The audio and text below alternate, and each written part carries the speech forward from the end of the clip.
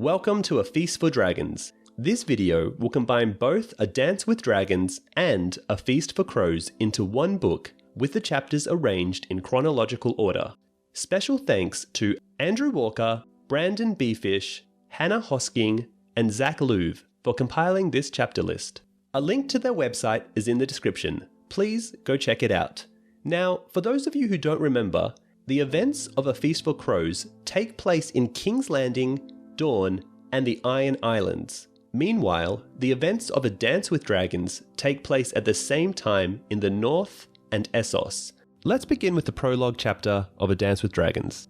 The skin changer, Varamir, has been gravely injured during his flight from the battle beneath the wall and is plotting to take over Thistle, a wildling woman, by walking into her body like Bran does to Hodor. She struggles and eventually manages to escape his control. As he dies, Varamir half regrets trying to take over Thistle's body, but also half regrets failing to take it over.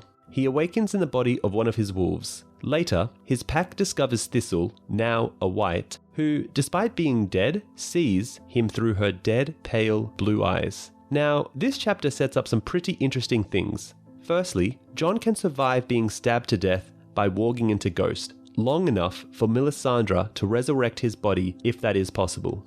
Secondly, Varamir's mentor, Hagon, describes 3 abominations that a skin changer must never commit. Eating the flesh of man while inside an animal, Bran has done this.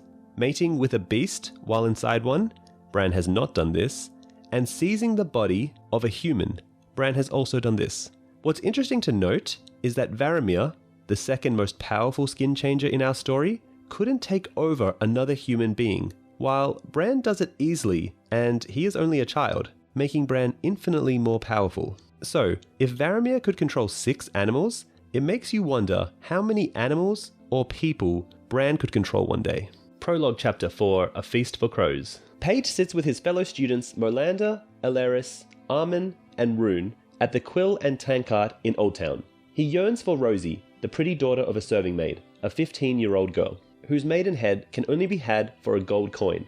The other students discuss dragons, and whether they are still any in existence. Pate is waiting for an alchemist who promised to meet him there that evening.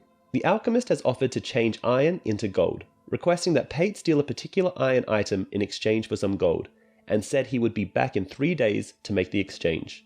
Molander and Armin continue their argument about dragons. Molander says that sailors' tales speak of dragons in Essos, often accompanied by a young queen. Alleris keeps splitting thrown apples with his arrows.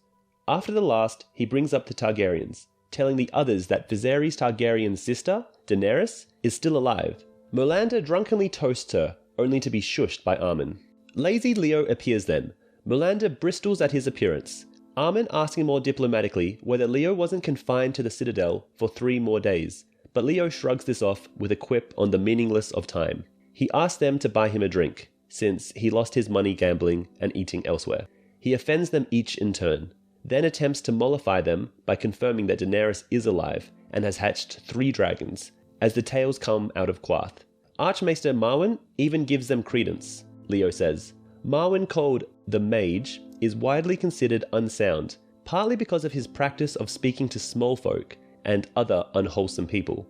After the others scoff, Leo adds that there is a dragonglass candle burning in Marwyn's chambers. The group breaks up after that, most of the students returning to the Citadel. Pate remains with Leo, hoping that the alchemist will still come by. Leo needles Pate a few times about Rosie. Pate wishes he could kill Leo, but Leo is a Tyrell, with relatives in positions of power. He sees the sun rising and realizes that the night is over and the alchemist has not come. He leaves with a warning to Leo to leave Rosie alone, and wanders through Old Town in the early morning. The alchemist finds him and tells Pate that he didn't want to intrude on him and his friends. He has asked Pate to steal something from Archmaester Walgrave. Pate opened the box under Walgrave's bed and found an Archmaester's iron key, which supposedly opens every lock in the Citadel. After wrestling with his conscience, he took it, as well as a sack of silver coins. He asked the alchemist for his gold dragon coin, and the alchemist bids him to follow him someplace more private. They go through several winding streets and end up in an alley. The alchemist gives Pate the coin, but the boy hesitates before offering up the key. He asks the alchemist's intentions, which he will not say, and asks to see his face, which is nondescript, but book readers suspect he is Jacquin Higar. After giving the key to the alchemist, he turns away, feeling lightheaded, and collapses, dead on the cobblestones a few moments later. Chapter 3 opens with John's wolf dreams, which are becoming more vivid and frequent. He wonders if either Bran or Rickon survive in their wolves, setting John up to do the same after being stabbed. John visits Stannis, who has just been rejected by Lyanna Mormont and the rest of the North. Only House Karstark has declared for Stannis. John reveals he is sending Gilly and her babe south with Sam, which Stannis obliges after learning Gilly was born of incest. Next, Stannis asks for the Night's Watch castles, which John refuses, and instead offers to have his own officers command the abandoned forts along with Stannis' men as a garrison. Stannis resists and threatens John before allowing him to leave. Melisandre follows John out of the meeting and warns him of the daggers in the dark. Now, a quick word from our sponsor. As you know, the TV series Game of Thrones is based off the books created by George R.R. Martin. These books are notoriously known for how big they are, but that's where Audible comes in.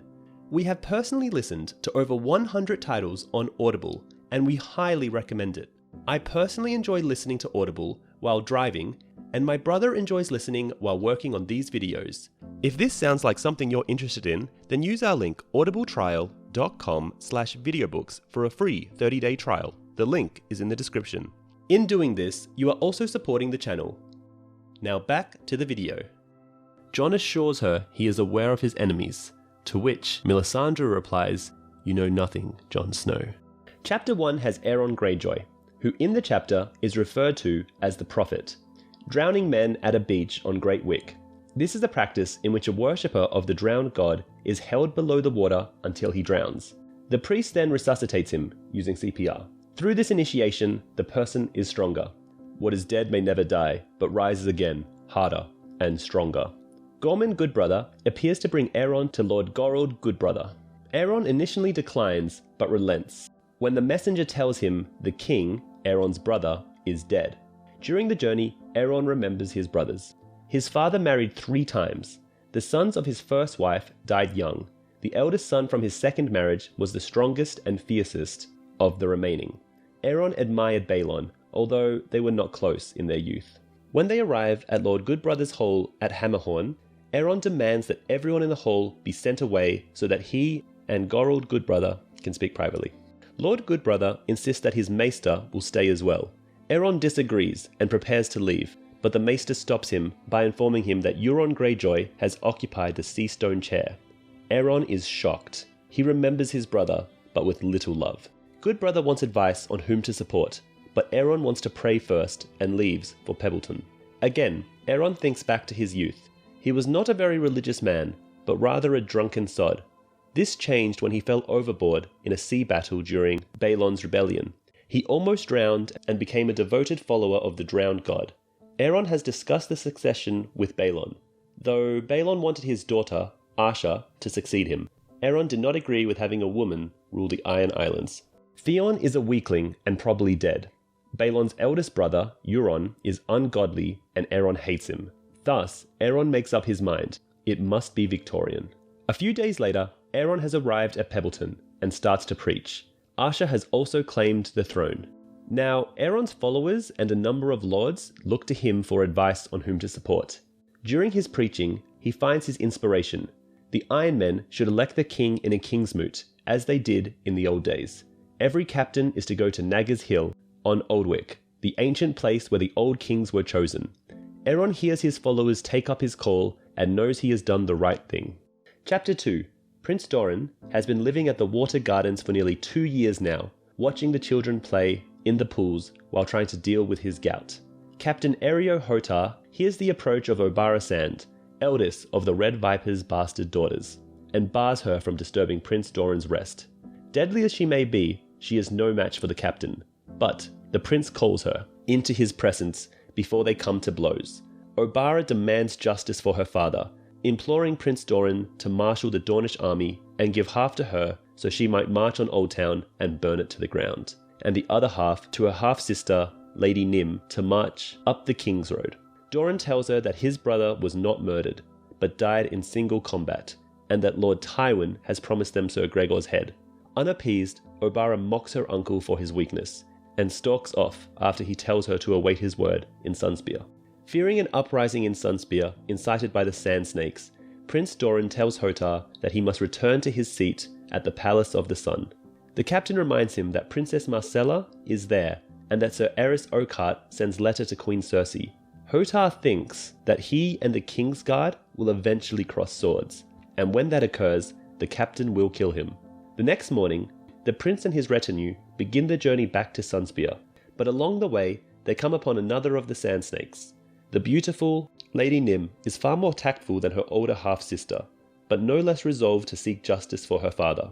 Scoffing at Obara's demand to go to war, Lady Nym tells her uncle that she needs only her sister, Tyene, and the two will assassinate Cersei, Jaime, Tywin, and King Tommen, stating that his brother was only to take the measure of Joffrey's court and not seek revenge for Elia, despite the 17 years that have passed.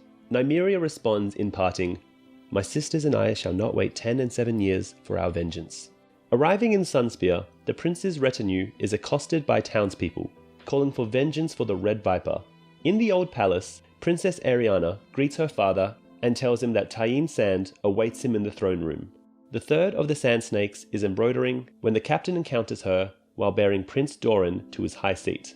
Tyene offers her uncle the cloth she is knitting, which shows her father mounted on a sand steed, so that he will not forget Oberyn. Prince Doran responds, "I am not like to forget your father." That is good to know. Many have wondered. Tyene counsels her uncle to wed his son Tristan to Marcella now, and then crown the princess as is the Dornish way. This would incite the Queen Regent and High Garden to march on Dorne, where the prince's armies could bleed them in the high passes and treacherous deserts. When she calls her uncle fearful, Doran advises her, there is a difference between fear and caution. Tyene raises her hand to touch her uncle, but Hotar brings the butt of his long axe down on the marble floor and cautions her. The Sand Snake replies that she meant no harm and loves her uncle. After she takes her leave, Maester Caliot rushes to the prince's side to make sure he was not pricked by one of Tyene's needles. Shortly after, Prince Doran commands Hotar to round up and confine all the Sand Snakes, including Alara's 4 young daughters. Obara, Nymeria, and Tyene are locked up in cells atop the Spear Tower, but with no blood spilt. The younger Sand Snakes are restricted together with their mother to the Water Gardens. When Hotar tells him that the common folk will howl when they find out, the Prince of Dawn replies, "All Dawn will howl. I only pray Lord Tywin hears them, so he might know what a loyal friend he has in Sunspear." Chapter 3. Cersei dreams that she rules from the Iron Throne, and courtiers are playing her tribute. But the pleasant dream turns into a nightmare when Tyrion appears and ridicules her, making the great lords, proud ladies, and young knights snigger at her as well. She notices she is naked and hastily tries to cover up, but this makes her wound herself on the spikes and blades of the Iron Throne, and soon she is engulfed in a mortal combat with the throne that is trying to rip the flesh off her. She is woken up by her frightened maid, Senelle, with armed men who have arrived to deliver the news of Lord Tywin's murder. Cersei is still drowsy and believes this to be part of her nightmare, and expects Tyrion to crawl from under her bed to laugh at her. She now recognizes Jocelyn Swift, Sir Osmond Kettleback, and Sir Boris Blount, and notices Lannister guards. She wonders whether the news can be true, insisting that her father is surrounded by guards, day and night. Sir Osmond tells her the guards were on their posts, but a secret passage has been found behind a hearth in the Hand's Tower, and Jaime has gone in to inspect it. Cersei is worried about Jaime's safety as well as of Tommen's, but she is told that guards supervised by Sir Loras Tyrell have been assigned to watch over the king. This stirs up her resentment against the Tyrells, and she wonders whether the murder was their doing, yet does not dare to speak this aloud. She commands Sir Osmond to escort her to the Tower of the Hand, and Sir Boris to make certain that Tyrion is still in his cell. She doesn't believe Tyrion would dare raise a hand against their father, but needs to be certain. Outside, the sun is beginning to rise, while the stars can still be seen, making Cersei think that the great star of the west has fallen. Sir Osmond tells her that Lum, one of the guards, found the body in the privy. She already feels the hole left by Lord Tywin, and decides to act swiftly as she suspects there will be attempts to push her aside, as always. She wonders whether Stannis Baratheon is behind the murder. She enters the tower and thinks that not crying makes her the only true son her father ever had. Climbing the many stairs to the Hand's chambers prompts her to think about tearing the tower down. As she enters the hall, she finds the room full of guards and servants, whispering among themselves. Cersei resents their presence and the fact that she was not called first. She orders Sir Mirren Trant to show the people out and is informed that her father's body has been brought to his bed. When she enters the bedchamber, guards are present again, as well as her distraught Uncle Kevin, kneeling by the bed and trying to pray for his brother. She notices how small the door to the secret passage behind the hearth is, making her think of Tyrion again, then settling for Stannis or the Tyrells as more likely suspects. She knows about the rumours of secret passages in the Red Keep, and that Maegor the Cruel supposedly killed the builders of the castle to keep them secret. She thinks of other yet undiscovered secret passages to other bedchambers, and has a vision of Tyrion using one to get to Tommen.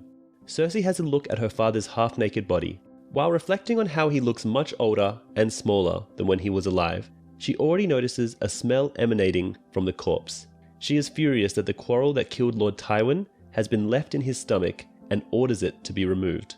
Cersei wonders whether she should act desperate and claw her own face, as she heard Catelyn Stark did when her son Robb was killed before her eyes, and wonders how Lord Tywin once received news of his own father's death. She commands that the bells must toll for her father, just as they did for King Robert.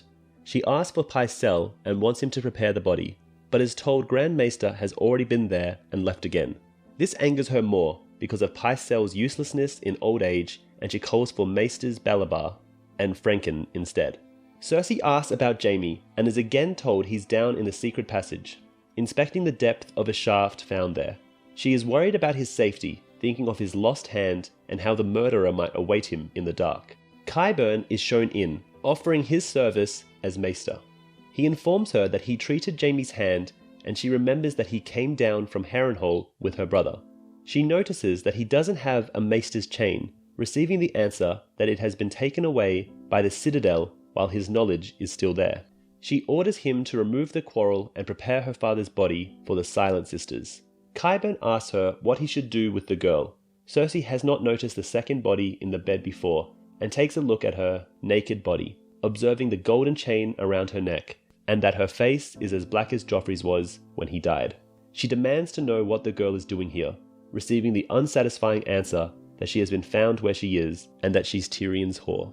She thinks that Lord Tywin never used whores, and defensively tells a guard how Tywin treated his own father's mistress after his death, parading her naked through the streets of Lannisport. Qyburn suggests that Lord Tywin might have been questioning the girl. Cersei eagerly seizes on this notion, but has a vision of Tyrion mocking it. And what better way to question her than naked? Her body is disposed of by the Kettlebacks, and Cersei remembers the girl's name and that she came to her the night before Tyrion's trial by combat, asking that promises made to her by Tyrion and allegedly Cersei be kept, including a manse in the city and a night to marry. Cersei made it clear that she would get nothing until she told them the whereabouts of Sansa Stark, making her leave in tears.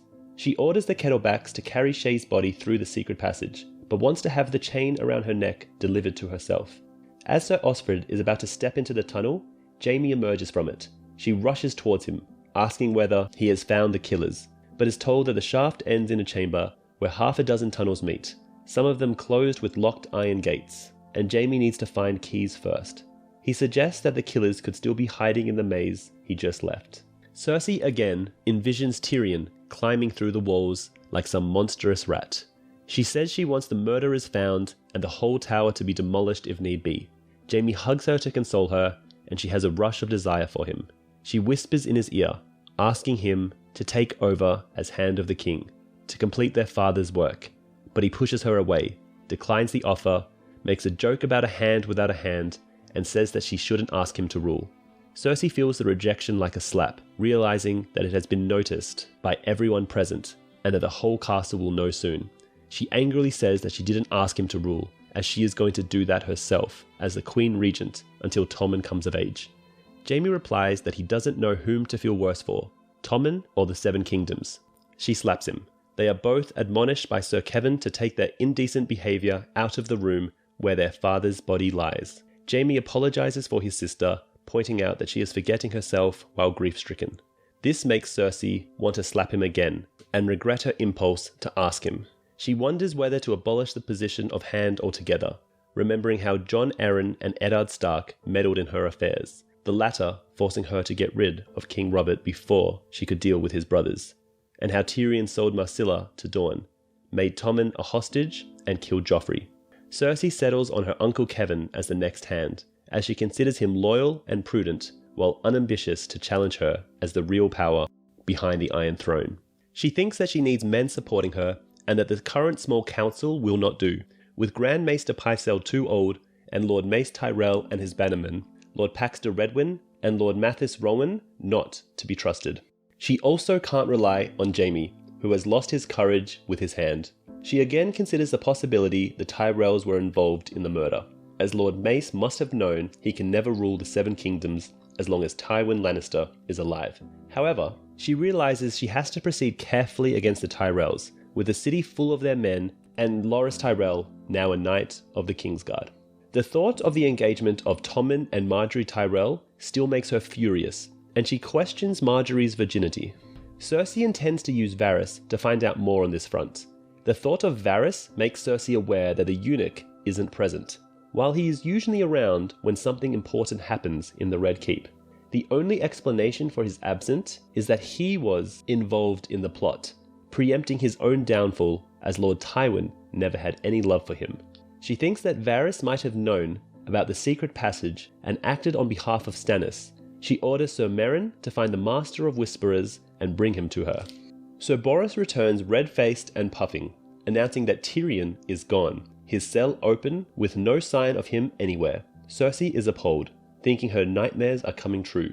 She points out her orders to keep the imp under guard day and night. Sir Boros says that a jailer called Rugen has gone missing while 2 others were found asleep. She orders for them to be killed. Cersei's paranoia of Tyrion breaks out fully and reflects that he has already killed her mother, her father, and her eldest son, and will try to murder her too. Remembering the prophecy she once received about her little brother killing her. She gets queasy, and Sir Boros tries to sustain her, but she recoils from his touch, thinking he might be one of Tyrion's creatures. She envisions Tyrion grinning at her, feeling his hands closing in around her neck the very moment she thought she was rid of him. Chapter 1 is Tyrion 1, where after discovering that his wife, Tysha, wasn't a whore, has murdered his father and fled to Essos. Tyrion doesn't care about anything anymore except finding Tysha and getting revenge on Cersei by crowning Marcilla. Tyrion finds himself in the home of Magister Illyroy Mopatis, who hosted Daenerys and Viserys all the way back in A Game of Thrones. Tyrion spends a day wandering Illyroy's home, finds poisonous mushrooms, and threatens to murder a courtesan assigned to him by Illyroy. "It might please my lord to strangle you. That's how I served my last whore. Do you think your master would object? Surely not. He is 100 more like you, but no one like me." This time, when he grinned, he got the fear he wanted. Tyrion has dinner with the Magister, who tells him he can drink himself to death if he pleases, or find a new purpose. Mopatis claims that Westeros is in need of a saviour, not Stannis, but someone from across the sea. When Tyrion asks who, Illyroy replies, "A dragon with 3 heads." This chapter mostly sets up Tyrion's desire to murder his sister, and maybe Jaime as well, claim Castle Rock for himself, and find Tysha by asking everyone he meets, "Where do whores go?" Chapter 4. Brienne travels to Duskendale, seeking the whereabouts of Sansa as she was charged to do by Jaime. Having found few leads in King's Landing, Brienne asks nearly everyone she can along the roads and villages, but never mentions Sansa by name. Upon the road beyond Rosby, she comes upon a camp with Illifer the Penniless and Creighton Longbow, 2 hedge knights who offer to share their meal, mistaking her for a man at first.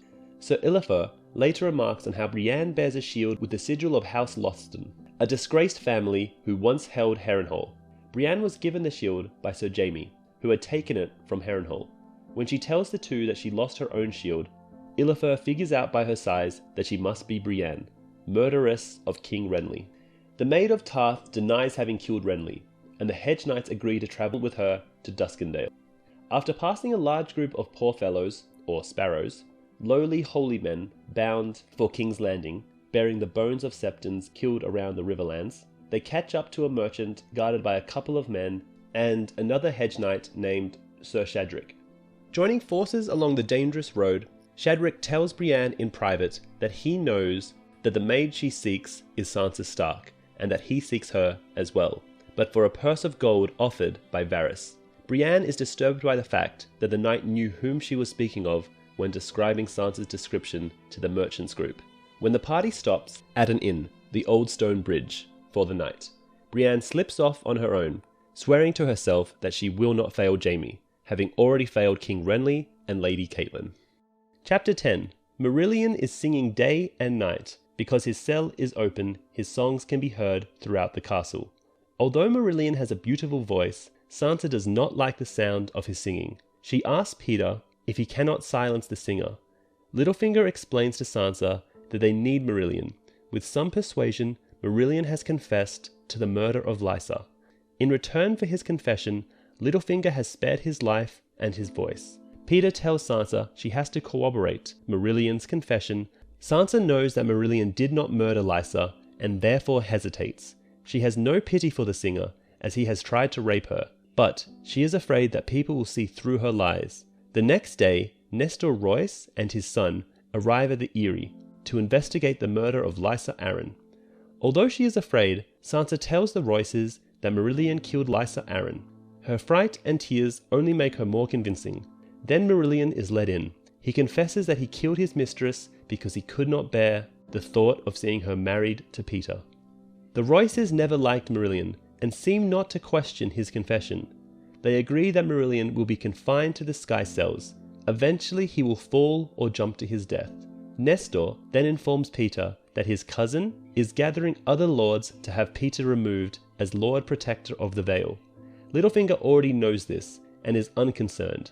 As a reward for his services, he presents Nestor with a grant that makes him and his descendants hereditary lords of the Gates of the Moon. The Gates of the Moon are a secondary castle that has always been in the possession of the main Aryan line. Nestor has been appointed Castellan, but now acquires the castle in his own right. According to Peter, Lysa had decided to give the castle to Nestor, but was murdered before she could sign the order. When Nestor Royce and his son leave, Littlefinger explains to Sansa that Nestor will now be on his side. If Peter is removed as Lord Protector, the grant for the castle will be challenged because it was signed by Peter and not by Robert. That night, when Sansa goes to sleep, Robert creeps into her bed as he has been doing since his mother died.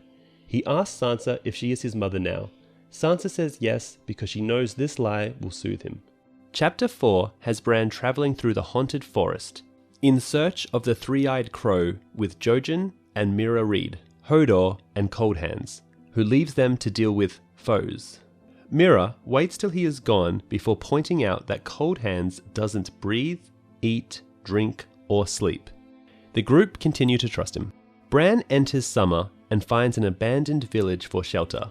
As they rest, Jojen refuses to eat, despite his weakness, telling his sister that this is not the day he dies. All four of them are near starving, but they refrain from lighting a fire at Cold Hands' instruction. Sleepless, Bran enters Summer, who finds the corpses of 5 men and a wolf pack that found them first. The pack leader is Varamir inside his wolf, but Summer, Bran, easily defeat him, making his pack theirs. The dead are men of the Night's Watch. Bran awakens to a fire. Cold Hands has killed a pig for them, but readers of the book know this to be a lie. Bran, Mira, and Jojen are feasting on the dead Night's Watchmen, who were the deserters from Craster's Keep. Bran asks Cold Hands about his black hands, and he tells Bran that the blood runs into a man's extremities and congeals once he is dead. Mira demands to see his face, which he refuses. Bran notes that he could not pass beyond the wall. Mira asks who the three-eyed crow is, and Cold Hand replies that he is a friend, a dreamer, a wizard, and the last Greenseer.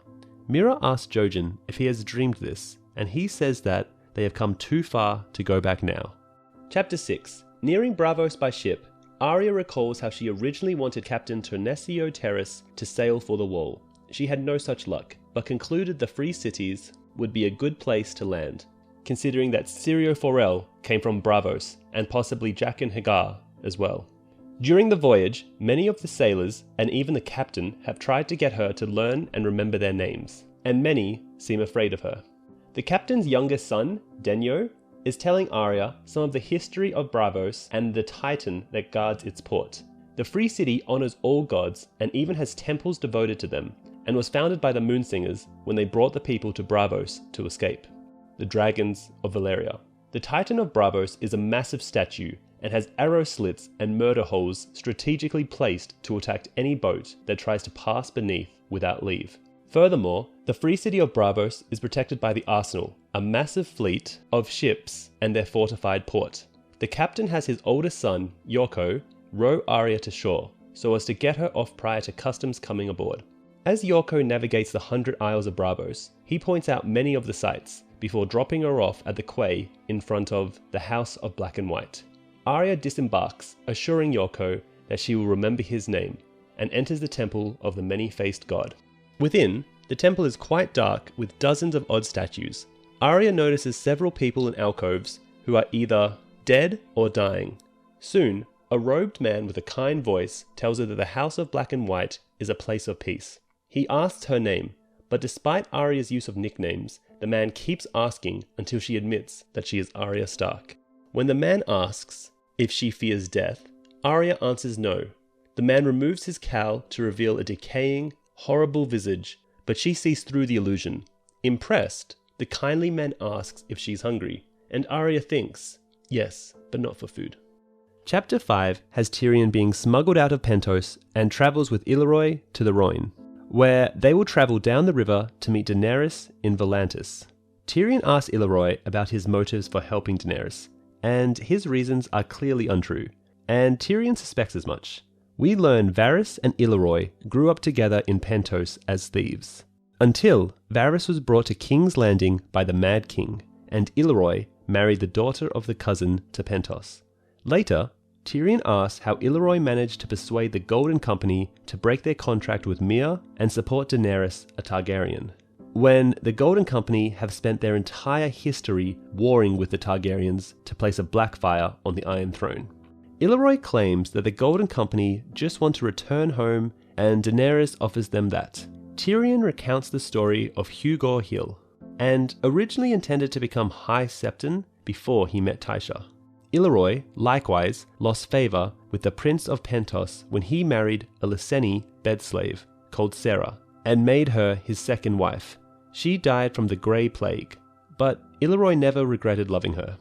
Chapter 2 has Daenerys dealing with the Sons of the Harpy killing one of her unsullied soldiers. We also meet Renzak, who supports peace with the Meereenese nobility, and Scarhaz, who proposes killing one member from each of the Meereenese nobility as retribution. Scarhaz and Reznak represent war and peace, respectively, throughout the Dany story. Dany holds court, and we learn that King Cleon of Astapor wants Dany's help in attacking the Yunkai, but Dany refuses. Then Hizdahr proposes opening the fighting pits for the 6th time. Dany refuses, but is friendly with Hizdahr. Lastly, shepherds ask Dany to pay for lost cattle eaten by her dragons. Dany agrees, but one shepherd remains behind and reveals the charred bones belonging to a child. Chapter 7. Cersei arrives at the Great Sept of Baelor for Tywin's wake, and is worried since Tommen seems to have a cold and the current High Septon was appointed by Tyrion. She wonders if she should have him removed. Tommen and Cersei both notice the stench that is emanating from her father's corpse. After the service, the procession of mourners come to offer condolences to Cersei. First is Felice Stokeworth, who mentions that her sister is ready to give birth and the family would like to name the child Tywin. Cersei is offended and brusquely forbids her. Next is Lancel, who is still looking half dead, professes his newfound faith. Cersei heads him off by saying, "Atonement is best achieved through prayer, silent prayer." The only mourner to please Cersei is Tanya Merryweather, who promises that all her friends in the Free Cities have been notified to watch for and seize Tyrion. When Mace Tyrell comes before her, he mentions that his uncle Garth is on the way to assume the duties of Master of Coin. Cersei, not wishing to see another Tyrell on the small council, immediately backpedals that Guilus Rosby has already accepted the post. This upsets Tyrell and his mother, as Tywin had wanted Garth to assume the position. The Queen of Thorns then brings up the terrible smell in the Sept, and Cersei wants nothing more than to get rid of the clever old woman. But Lady Olenna states she will not depart until Margaery is wed to Tommen. Leaving the Sept, Cersei rides back to the Red Keep with guileless Rosby, asking him belatedly to be her new master of coin, which he accepts. Back in her rooms, Qyburn pays her a visit, revealing that he discovered in the under-jailer's sleeping cell a gold coin that dated back to the Gardener Kings of the Reach. Cersei again suspects the Tyrells had a hand in Tyrion's escape and Tywin's murder. Qyburn then asks if he may experiment on the dying Cregor Clegane in the Black Cells, since he is more adept at the nature of death than any of the maesters from the Citadel. Cersei agrees with his request, but tells him to bring her Cregor's head when he dies, as her father had promised it to Dorne. Finally, Kevan meets with her for dinner, as she had requested. Cersei asked him to be Tommen's hand. Kevan first admonishes her for making Mace Tyrell look a fool in front of half the court. He then informed her that he would rather help his son, Lancel, take control of Castle Darry. He offers to take up the position as hand, provided Cersei removes herself from King's Landing and returns to Casterly Rock. Cersei is infuriated, and a fierce argument takes place during which she threatens Kevan. Unfazed, Kevan counters her to name Randall Tarly or Mathis Rowan as Tommen's hand. As both men are Tyrell vassals, she could drive a wedge between them and Highgarden. But the suggestion makes her even more angry, and she accuses him of abandoning Tommen. As he departs, Kevan reveals that he knows who Tommen's father really is. Chapter 8. Standing a planned 7-day vigil over his father's funeral bier, Jaime finds himself with a lot of time for thinking. He feels that he is as much to blame for his father's death as Tyrion or Varys. He also finds himself wondering what happened to the eunuch. His thoughts then turn to the day that Prince Rhaegar rode for the Trident. Jaime had begged not to be left behind to guard the king, but Rhaegar told him that Aerys feared Lord Tywin more than he did Robert, and he meant to keep Jaime at his side as insurance. Mounting up, Rhaegar's last words to Jaime were, "When this battle's done, I mean to call a council. Changes will be made. I meant to do it long ago. But, well, it does no good to speak of roads not taken." Finally, Jaime recalls his recent questioning of the chief underjailer, which was a complete farce, as Jaime knew far more than the man did, since he helped facilitate Tyrion's escape. When Jaime learned that the 2 jailers who were put to sleep were killed by Boris Blunt and Osmond Kettleblack, he reprimanded them, warning them never to act on his sister's orders to kill anyone without consulting him first. Sometime in the middle of the night, Cersei visits him with the news of Kevan's refusal to becoming her hand, as well as remarking that Kevan knows about their relationship. She implores Jaime to reconsider being hand, but Jaime rejects her again.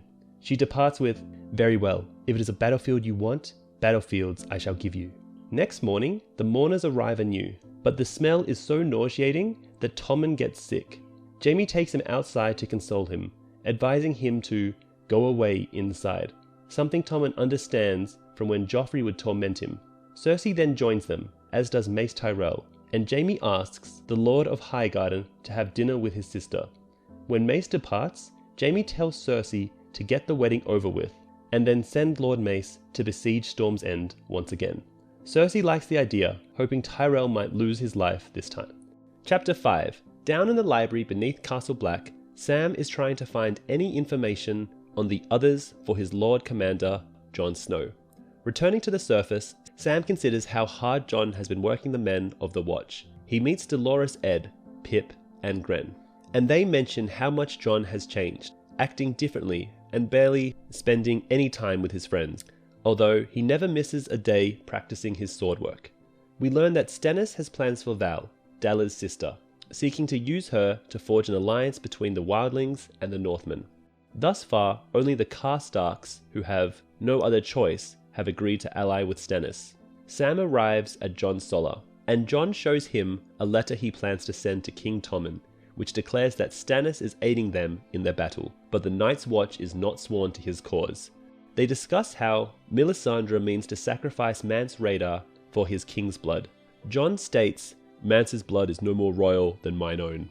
He reveals to Sam that he is sending Gilly and the boy far away from the wall. Sam tells Jon that he has uncovered little on the others, but one book mentioned Dragonsteel swords as being effective against them. However, neither is sure if Dragonsteel and Valyrian steel are the same thing. Jon breaks the news that he is sending Sam to the Citadel so he can become a Maester and replace Aemon. Sam will travel by sea from Eastwatch along with Gilly, the baby, and Maester Aemon. The thought of becoming a Maester frightens Sam, bringing back memories of his father's wrath when he had mentioned training at the Citadel to him when he was a boy. His father had chained him by the neck in a cell and left him there for 3 days, telling him, "No son of House Tarly will ever wear a chain." Lastly, Jon commands Sam to never call himself Craven again. The next morning, as the party prepares to set off for Eastwatch, where they will join up with Darien, Gilly begs Jon to find a good wet nurse for the other baby. Chapter 7 has Jon summon Gilly and force her to take Mance's baby away with her to Old Town and leave her own baby here at Castle Black. Gilly refuses, but like Maester Aemon told him to kill the boy, Jon informs Gilly that on the day Melisandre burns Mance's baby, hers will also die. Next, Jon talks with Sam about the others, and how little they actually know about their ancient foe. After that, Jon informs Sam that he will be sending him along with Gilly and Maester Aemon to Old Town, where Sam will become a Maester. Sam leaves, and Jon inspects the castle, learning 2 of Stannis' men were seen riding south. The next morning, Jon awakes to see off Sam, Gilly, and Maester Aemon as they depart for Eastwatch. Next, Jon begins giving out command of castles to his men. That includes Janos Slynt, who was given command of Greyguard. But Slynt refuses. The next morning, Jon gives Slynt one last chance to reconsider, which Slynt disregards, and so Jon executes him. Chapter 9. Brienne reaches Duskendale. She finds the gates barred for the night. The area surrounding it is littered with corpses of both Northmen and men from the Reach. The gates open at morning, and the captain tells Brienne that his sister can paint over the black bat of Lothston on her shield. After finding and telling the sister what sigil she wants, Brienne heads to the Dunfort to speak to the Lord. Since Lord Riker is in the field, she meets with a Castellan, Sir Rufus Leake, and a Maester who tells her that many came before her, asking if Dontos Hollard and Sansa Stark had come to Duskendale. The Dunfort's Maester tells the story of the defiance of Duskendale, which seems to have been the incident that finally sent King Aerys over the edge, either of his own initiative or from the urgings of his wife Sorella. Denys Darklan took Aerys hostage. When Tywin Lannister, who was Hand, surrounded the Dunfort, Lord Darklan threatened to kill Aerys. When Aerys was captured, Simon Hollard killed one of his Kingsguard, Sir Gywin Gaunt. After Barristan the Bold slipped into the Dunfort and rescued the king, Aerys had nearly every member of the Darklan and Hollard families killed or attained. Dontos, who was young at the time, survived because Barristan asked Aerys to stay his hand. The Castellan tells Brienne that Duskendale would have been the last place Dontos would have fled to. Despairing that she will never find Sansa, Brienne bumps into a skinny boy whom she also saw back at Rosby on a piebald Rosny, but he runs away. Visiting the Seven Swords Inn for dinner, Brienne meets a pious dwarf who tells her that he overheard a man called Nimble Dick in Maidenpool bragging that he had fooled a fool, seeking passage for 3 across the narrow sea. That night, Brienne dreams of Renly's death, but when he topples after the shadow killed him, the body is that of Jaime. The next day, Brienne picks up her shield, painted with the sigil that Tansel had painted for Sir Duncan the Tall. Proceeding past fishing villages on the way to Maidenpool, Brienne camps by the ruins of the Hollard Castle and hears a rider. Fearing it may be Sir Shadrick and that a battle might ensue, she discovers the boy who seems to be stalking her. It turns out to be Podrick Payne, who asks to stay with her, hoping if she finds Sansa, it may lead the boy back to Tyrion. Chapter 8 has Tyrion arrive at the Royne and meet Howdon Halfmaester and Rolly Duckfield, who take on supplies from Ilroy before leaving with Tyrion. Ilroy tells them Tyrion's name is Yolo, but Tyrion quickly changes it to Hugor. Ilroy packed extra gifts for the lad young Griff and seems to genuinely care about him. Tyrion travels on horseback with Howdon and Duck and discuss tales of river pirates and the Shrouded Lord. Tyrion and Howdon test each other's book knowledge while Duck recounts the events that led to his knighting at the hands of Griff. They ride until they reach a pole boat called the Shy Maid on the Little Rhine. On board is the lad young Griff and his father Griff. The older man reads a letter sent to him by Ilroy, telling of Tywin's murder by Tyrion. Griff is mistrustful, and Tyrion is convinced he is no ordinary sellsword. He can read, and is a knight, having knighted Duck himself. Tyrion promises to serve Daenerys faithfully, but questions if Daenerys really has 3 dragons. Griff tells him to guard his tongue or lose it. Chapter 9 has Davos brought before Godric Borrell, Lord of Sweet Sister. He was captured by Godric's men while trying to find passage off the island to White Harbour. Salador San's fleet had been smashed by storms since heading south from the Wall, until San, frustrated by Stannis' continued inability to make good on his promises, abandoned his cause, leaving his old friend Davos on Sweet Sister after Davos refused to journey south with him. Davos conceals this fact from Borrell. Borrell informs Davos that Lysa Arryn and Tywin Lannister are dead. We also learn that a shipload of Freys have reached White Harbour, with Lord Wyman Manderley of White Harbour having pledged his allegiance to King Tommen. The news dismays Davos, but he hides his reaction and asks Borrell to help him get to White Harbour. Borrell tells of his meeting with Ned Stark during Robert's rebellion. Ned was attempting to reach Winterfell so he could call his banners and join Robert's rebellion, while avoiding Gulltown, which was loyal to the Mad King. Stark had arrived at the Three Sisters after crossing the mountains to the Fingers, where he convinced a fisherman to carry him to White Harbour. The fisherman drowned, but the fisherman's daughter delivered Ned to the sisters. Lord Godric asserts Ned left her with a bag of silver and a bastard son. She named him Jon Snow after Jon Arryn. Borrell's father decided to let Ned go on his way instead of handing him over to the Targaryens, after telling Ned, "If you lose, you will never hear." Dabod listens and replies, "No more than I was." Chapter 10, Jon 3, has Melisandre preparing to burn Mance Rayder in a cage, made out of wood, despite Jon's pleas for King Stannis to spare him. Seeing the cage, Mance's courage fails him, and he begs for mercy, denying his kinship, his name, and shrieking of witchcraft. Melisandre burns the Horn of Juruman as well, so that the wall can never fall. As the cage burns, Jon orders his bowmen to shoot Mance with arrows, a fitting end for a man of the Night's Watch. Melisandre proclaims to the assembled wildlings that Stannis is their true king, Azor Ahai reborn. Stannis draws Lightbringer, and promises all who serve him food, land, and justice. The gates of the wall are opened, and most of the captive wildlings enter to kneel before Stannis, feeding the fire with fragments of weirwood, pieces of the old gods to feed Rahol's fires. Bowen Marsh thinks it is wrong to let thousands of wildlings south of the wall, and would prefer to seal the gates and let the wildlings defend the northern side. Many in the Night's Watch perceive that Jon has taken Stannis' side in the Game of Thrones. Jon denies this, but says that the outcome of the struggle is unclear following the death of Tywin Lannister. Jon shares a cup of wine with Clydas, telling him that Maester Aemon had shown him a passage in the Jade Compendium describing Lightbringer as both bright and fearfully hot. He notes that although Stannis' sword radiates light, it produces no heat. Chapter 11, Daenerys 2, has more murders by the Harpies' sons. This time, they attacked fully armed, unsullied. 9 dead, including one of Missandei's brothers.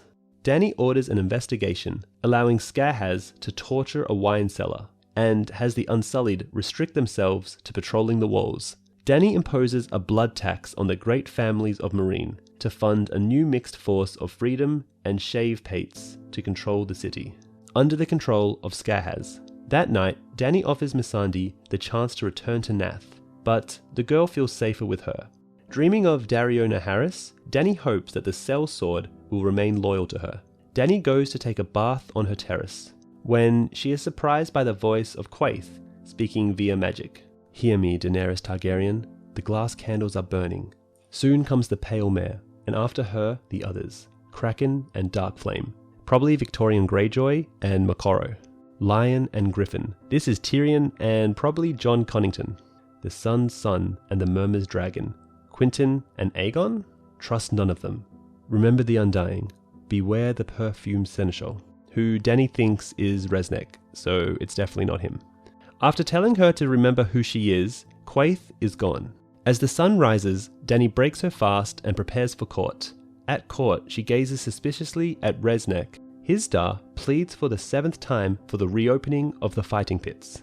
This time, he cunningly presents former fighters who themselves willingly ask to be returned to combat. She promises to consider all they have said and then ends the session. Later, Barrister Selmy tells Dani how he escaped from Joffrey's guards in King's Landing, and defends Eddard Stark when Daenerys angrily denounces him as a traitor. Barristan argues that Stark was against having her killed, and the murder of Princess Rhaenys and Prince Aegon. But Dani replies, Lannister or Stark, what difference? She then asked to see her dragons, Rhaegal and Viserion, who have been chained up in a pit since the killing of the shepherd's daughter. But Drogon could not be taken and was last seen flying north to the Dothraki Sea. Chapter 12, Reek 1. Big Walder and Little Walder enter a cell. In the dungeons of the Dreadfort, cowering before them is a weak and foul-smelling man, who knows his name is Reek, but once had another name. Reek is so weakened and mentally ravaged that he is terrified of the 2 8-year-old Freys. He remembers his attempt to escape with the bedwarmer Kyra, but that had been a ruse by Ramsay Bolton for his own amusement. Kyra had died horribly at the hands of Ramsay's dogs, and Reek has lost several of his own fingers and toes from flayings at the hands of Ramsay's bastard boys. The Frey boys bring Reek before Ramsay, who is with Arnulf Karstark and Hother Umber. Ramsay taunts him in front of his guests. The reader learns that Reek is Theon Greyjoy when Arnulf Karstark recognizes him as Stark's ward. In his degraded state, Reek thinks of Ramsay as merciful and kind. Ramsay promises him a bath since they ride to war, and he needs Reek's help to bring home his virgin bride, Arya Stark. Chapter 11. Arsha is at 10 Towers waiting for her supporters to arrive. The feast is almost over. There are many Harlaws in the hall, but not enough of the other houses. Arsha knows she lacks support. She tells Three Tooth to find food for her crew and her prisoners. Then she goes to her uncle Roderick Harlaw, Lord of Harlaw. She finds him in the book tower, reading. Roderick's love for his books has earned him the nickname The Reader. In Arsha's name, Roderick has sent summons to the captains to gather at 10 Towers. The captain of Harlaw have come, but few others. Roderick informs Arsha that Aeron Greyjoy has called for a king's moot, an assembly of all captains to choose the king. Roderick assures Arsha that her cause is hopeless, since no woman has ever ruled the Ironborn. Even Roderick's support does not mean his vassals will support her. Their fealty is for war purposes only. In a king's moot, they are allowed to vote as they please. Roderick counsels Arsha to stay away from the king's moot on Oldwick. Besides her lack of support, he is afraid that Euron Greyjoy will kill his competitors. Roderick offers to give her 10 Towers instead. His heir, Harris Harlaw, does not need 10 Towers and will protect her. Arsha declines the offer and walks back to the hall. She encounters Christopher Botley on the way. When they were young, Triss was in love with Arsha. She liked him in the beginning, but became bored with him and was glad when he was sent away. Christopher, though, has never forgotten her and wants to wed Arsha. He is the legitimate lord of House Botley, since Sorwin Botley, his father, has been killed by Euron for refuting his claim to the throne. His titles have been given to Christopher's uncle, who supported Euron. Arsha sharply refuses Christopher's advances by reminding him that they are not children anymore and that she is his queen, not his wife. Chapter 12. Cersei is regretting her concession to the Queen of Thorns to allow Tommen and Margaery to sleep in the same bed on their wedding night only. When Jaime arrives to speak to her, he asks if she still means to burn down the Tower of the Hand after the wedding, but she is determined to see it destroyed, and hopefully smoke out a few rats in the process. We begin to notice changes in Cersei, including weight gain and overindulgence in alcohol. Tommen's wedding is a modest affair compared to his brother's, and the ceremony goes over well enough. Afterwards, Kevin comes over to Cersei and mentions that Sandor Clegane is reported to have joined Beric Dondarrion's outlaws.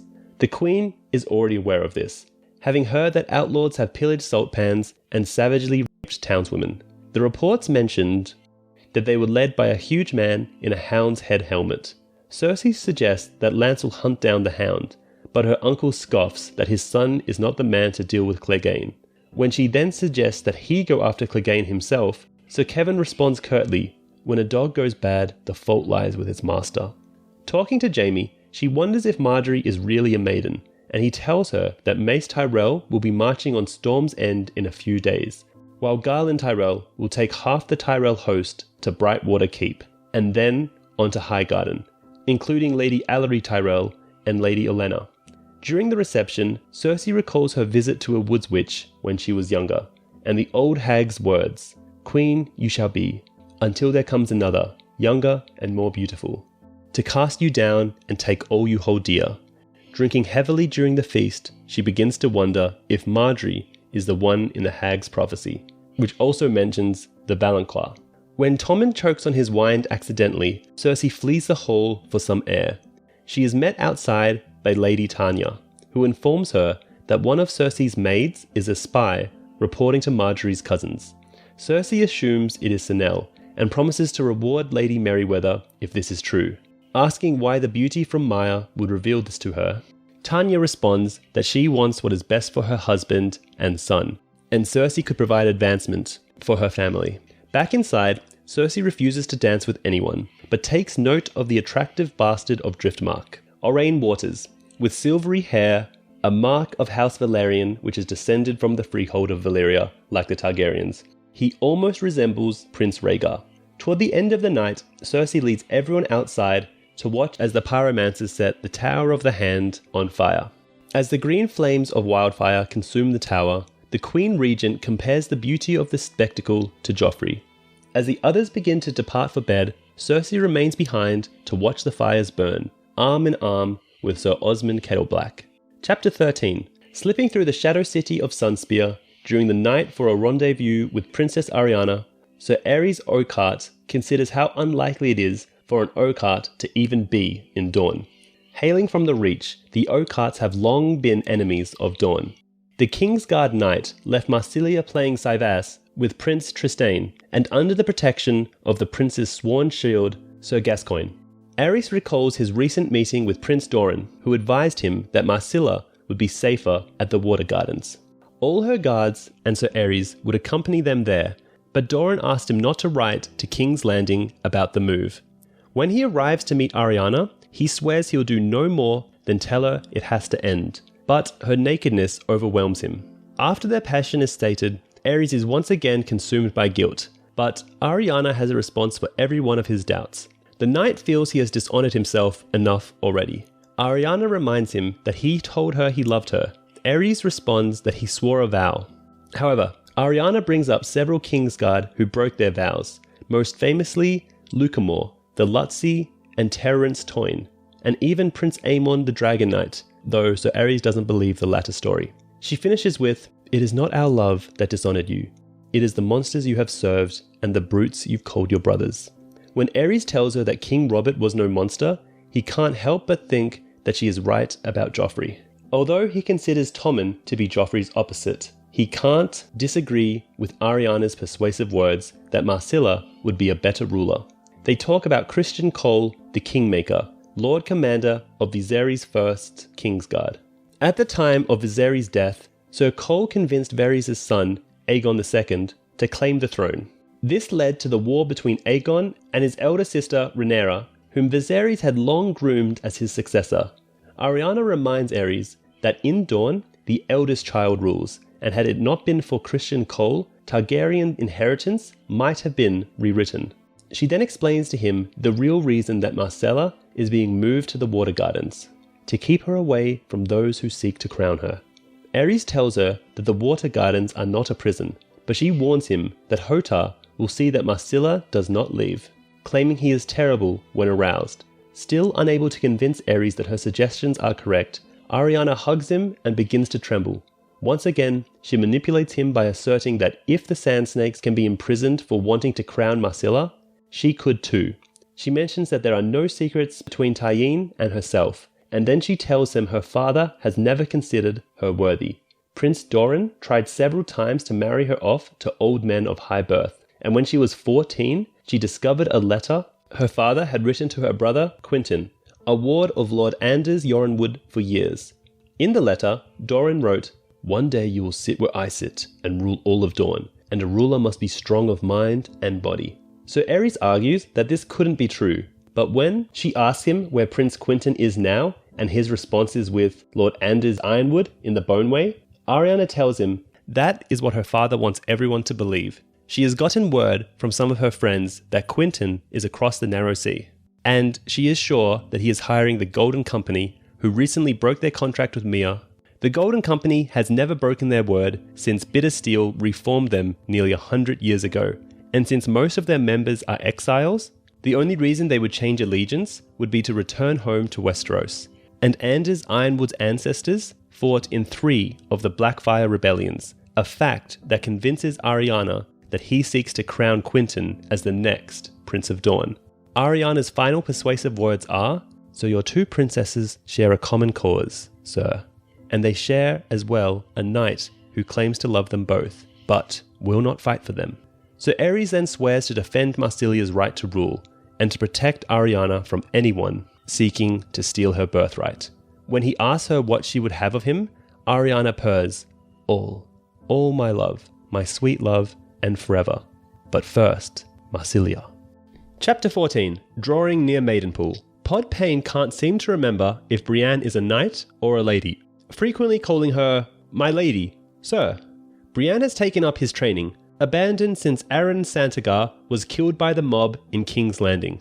They soon come up upon a farmer, his wife, and their cart of eggs bound for Maidenpool. As they ride together, the farmer tells Brienne that the town has been mostly rebuilt, thanks to the hard hand of Randyll Tarly. The Maid of Tarth hopes she can slip through town without encountering the Lord of Hornhill, as she owes him a debt but bears no liking for him.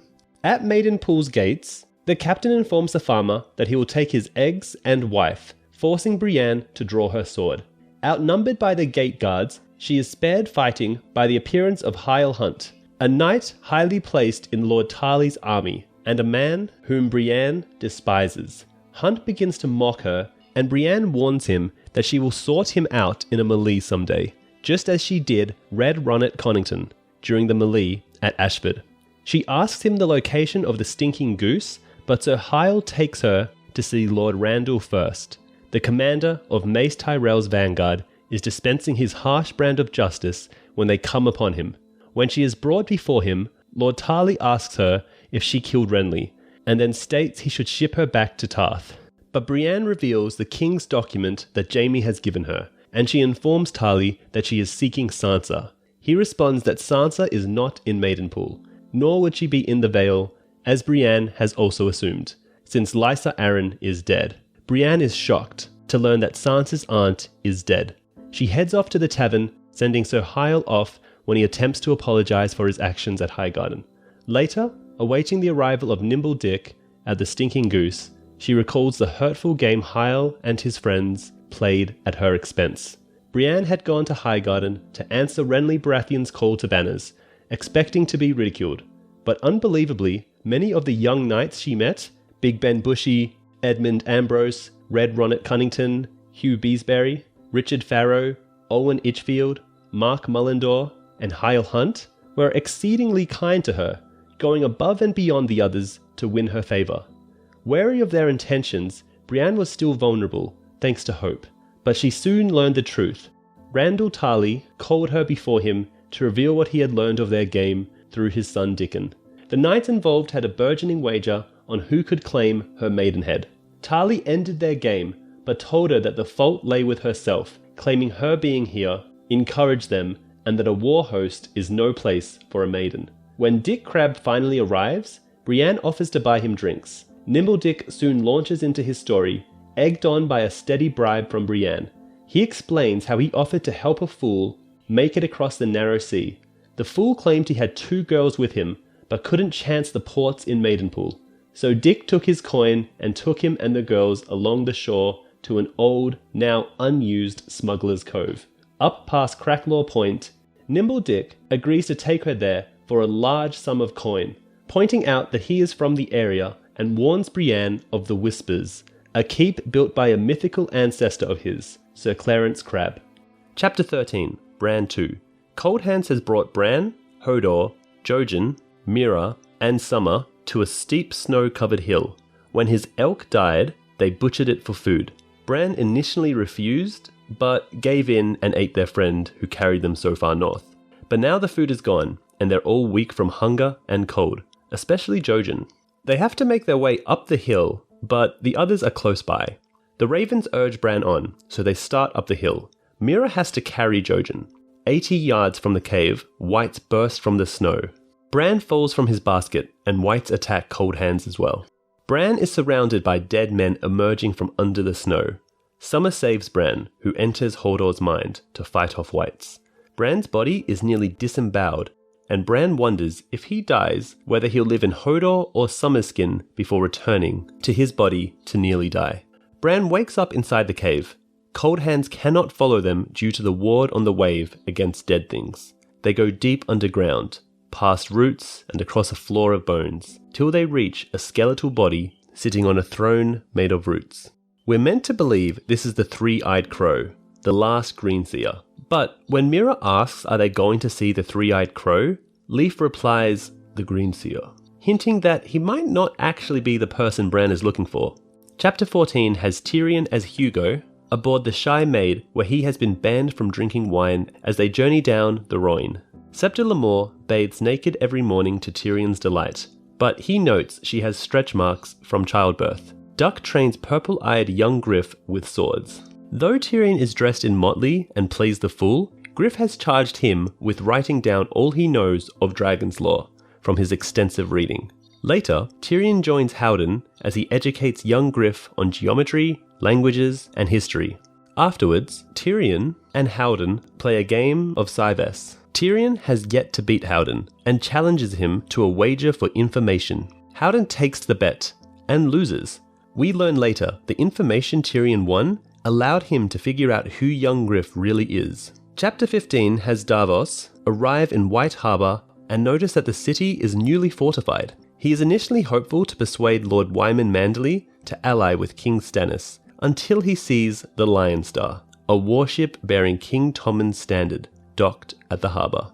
Davos goes to a shady tavern and listens to gossip as he tries to work out what the Manderleys will do. He finds out that the Freys brought the bones of Sir Wyndle Manderley to White Harbour and proposes of marriage for Lord Manderley's granddaughters, and that Wyman's other son, Sir Willis Manderley, is held captive by the Lannisters. Davos knows there is little hope for his mission, but decides he has a duty to try.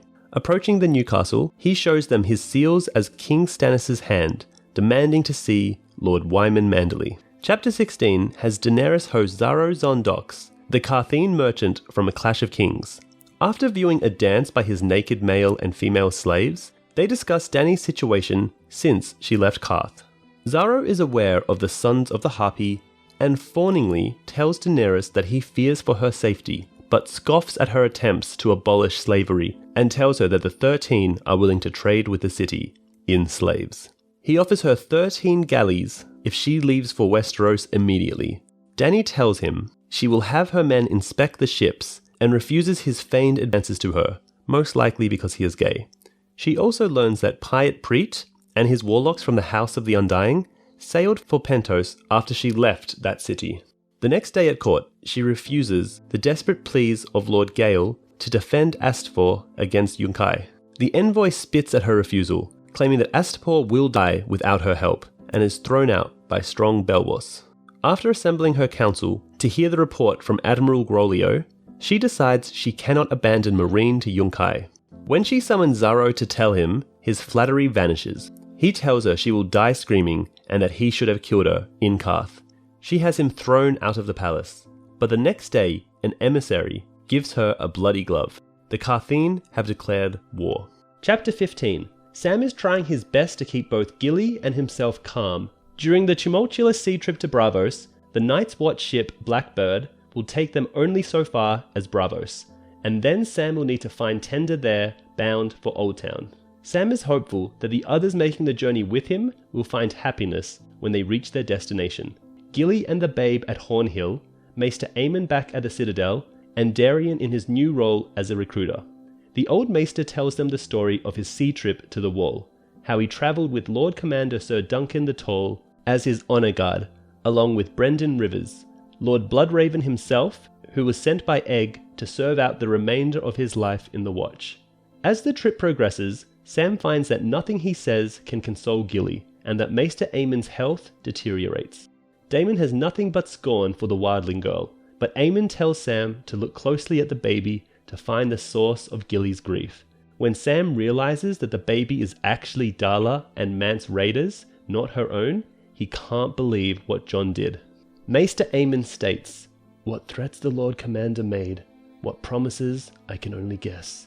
And while Sam understands that Jon did so to save the baby from Melisandre's fires, he remains shocked at what cost this will have for Gilly. Chapter 17 has Jon inspect the Night's Watch food stores. Bowen Marsh informs him there is not enough to feed the Watch, the Wildlings, and Stannis' men through the winter. Jon orders a cut in rations, knowing it will make him unpopular, and tells Marsh they will find a way to feed everyone. Jon is summoned to meet with Stannis. Rattleshirt taunts Jon, showing off his new red ruby. Stannis tells Jon he plans to leave the Wall and take the Dreadfoot, unawares.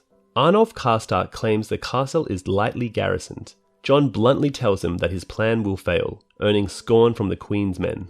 Stannis silences them and orders Jon to explain. Jon tells him several things. Firstly, unless Stannis wins Morris Umber, who is offering an alliance in exchange for certain conditions, a pardon for his brother Hothor Umber, who was fighting under duress for the Boltons, to his cause.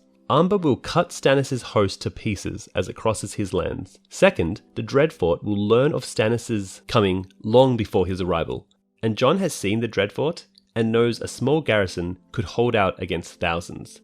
Thirdly, with the imminent fall of Moat Caitlin to House Bolton, the combined armies of Ramsay and Roose Bolton will outnumber Stannis 5-1, and will easily destroy him as he lays siege to the Dreadfort. In addition, the Northern Lords Stannis seeks to rally to his cause have suffered generations of wildling raiders, and will not be pleased to see his wildling conscripts crossing their lands. Stannis orders everyone outside except Melisandre and Jon. Stannis again offers Winterfell to Jon, but Jon reminds him that Sansa is currently the rightful heir and that he cannot forsake his vows. Stannis says he plans to give Winterfell to Arnulf Karstark, and Jon rebukes that the Karstarks abandoned his brother Robb Stark. Jon promises a source of more men to Stannis, if Stannis will let him keep the wildlings to occupy more of the forts at the Wall. Stannis agrees, and Jon tells him of the petty lords of the mountains: House Flint, House Wool, House Nori, and House Little. Jon counsels Stannis to march through the mountains, win the mountain clans to his side, then emerge to attack Deepwood Motte and defeat the Ironmen to rouse the North to his side. Stannis agrees that it is a plan likely to succeed and impress the Northmen. Jon also warns that the clansmen are deeply devout to the old gods, warning Melisandre that her presence won't be welcome. Melisandre surprises Jon by telling him she will stay at the Wall. Jon ruefully reflects on how he has acquired 1,000 wildlings whom he cannot feed. Chapter 18, Tyrion 5, has Tyrion and his companions aboard the Shy Maid continue down the Rhoyne. As they encounter heavy amounts of fog in the Sorrows, severely hindering their visibility, Ysilla insists that it is not a common fog. Tyrion is initially unconcerned and begins to make japes, but he quickly begins to reevaluate the situation as the surroundings grow more and more eerie. The Shy Maid floats past the ruins of a palace, and Tyrion remembers the brief joy he once had with Tysha. Fearing an attack from the fog, Griff orders young Griff to accompany Septa Lemore to safety below deck. Tyrion reveals that he knows the boy Riff is in fact Aegon Targaryen, although Tyrion is uncertain how he survived the events following the Trident. He also comes to the conclusion that Griff is the late Jon Connington, Rhaegar's close friend and former Hand of the King. Tyrion also reveals his Lannister roots to the party, but there's no time to discuss loyalties or intentions. The Shy Maid is under attack by Stonemen. Tyrion helps to ensure the safety of the now revealed young prince on board, but the dwarf is knocked into the water, dragged down by one of the Stonemen. Chapter 16. An honour procession flanks Lord Tywin's casket as it heads west, led by many of the Lannister bannermen. Jaime Lannister falls in with his uncle Kevin, and they discuss the raid on Salt Pans. Jaime cautions his uncle not to try and take on Sandor Clegane or Beric Dondarrion, and that he would have made a good hand. Kevan rejects him coolly, and lets Jaime know he knows about the relationship of the twins, Jaime and Cersei. As Jaime returns to King's Landing, he looks upon the encamped Lannister army, which will soon board the Red Wind fleet to lay siege to Dragonstone.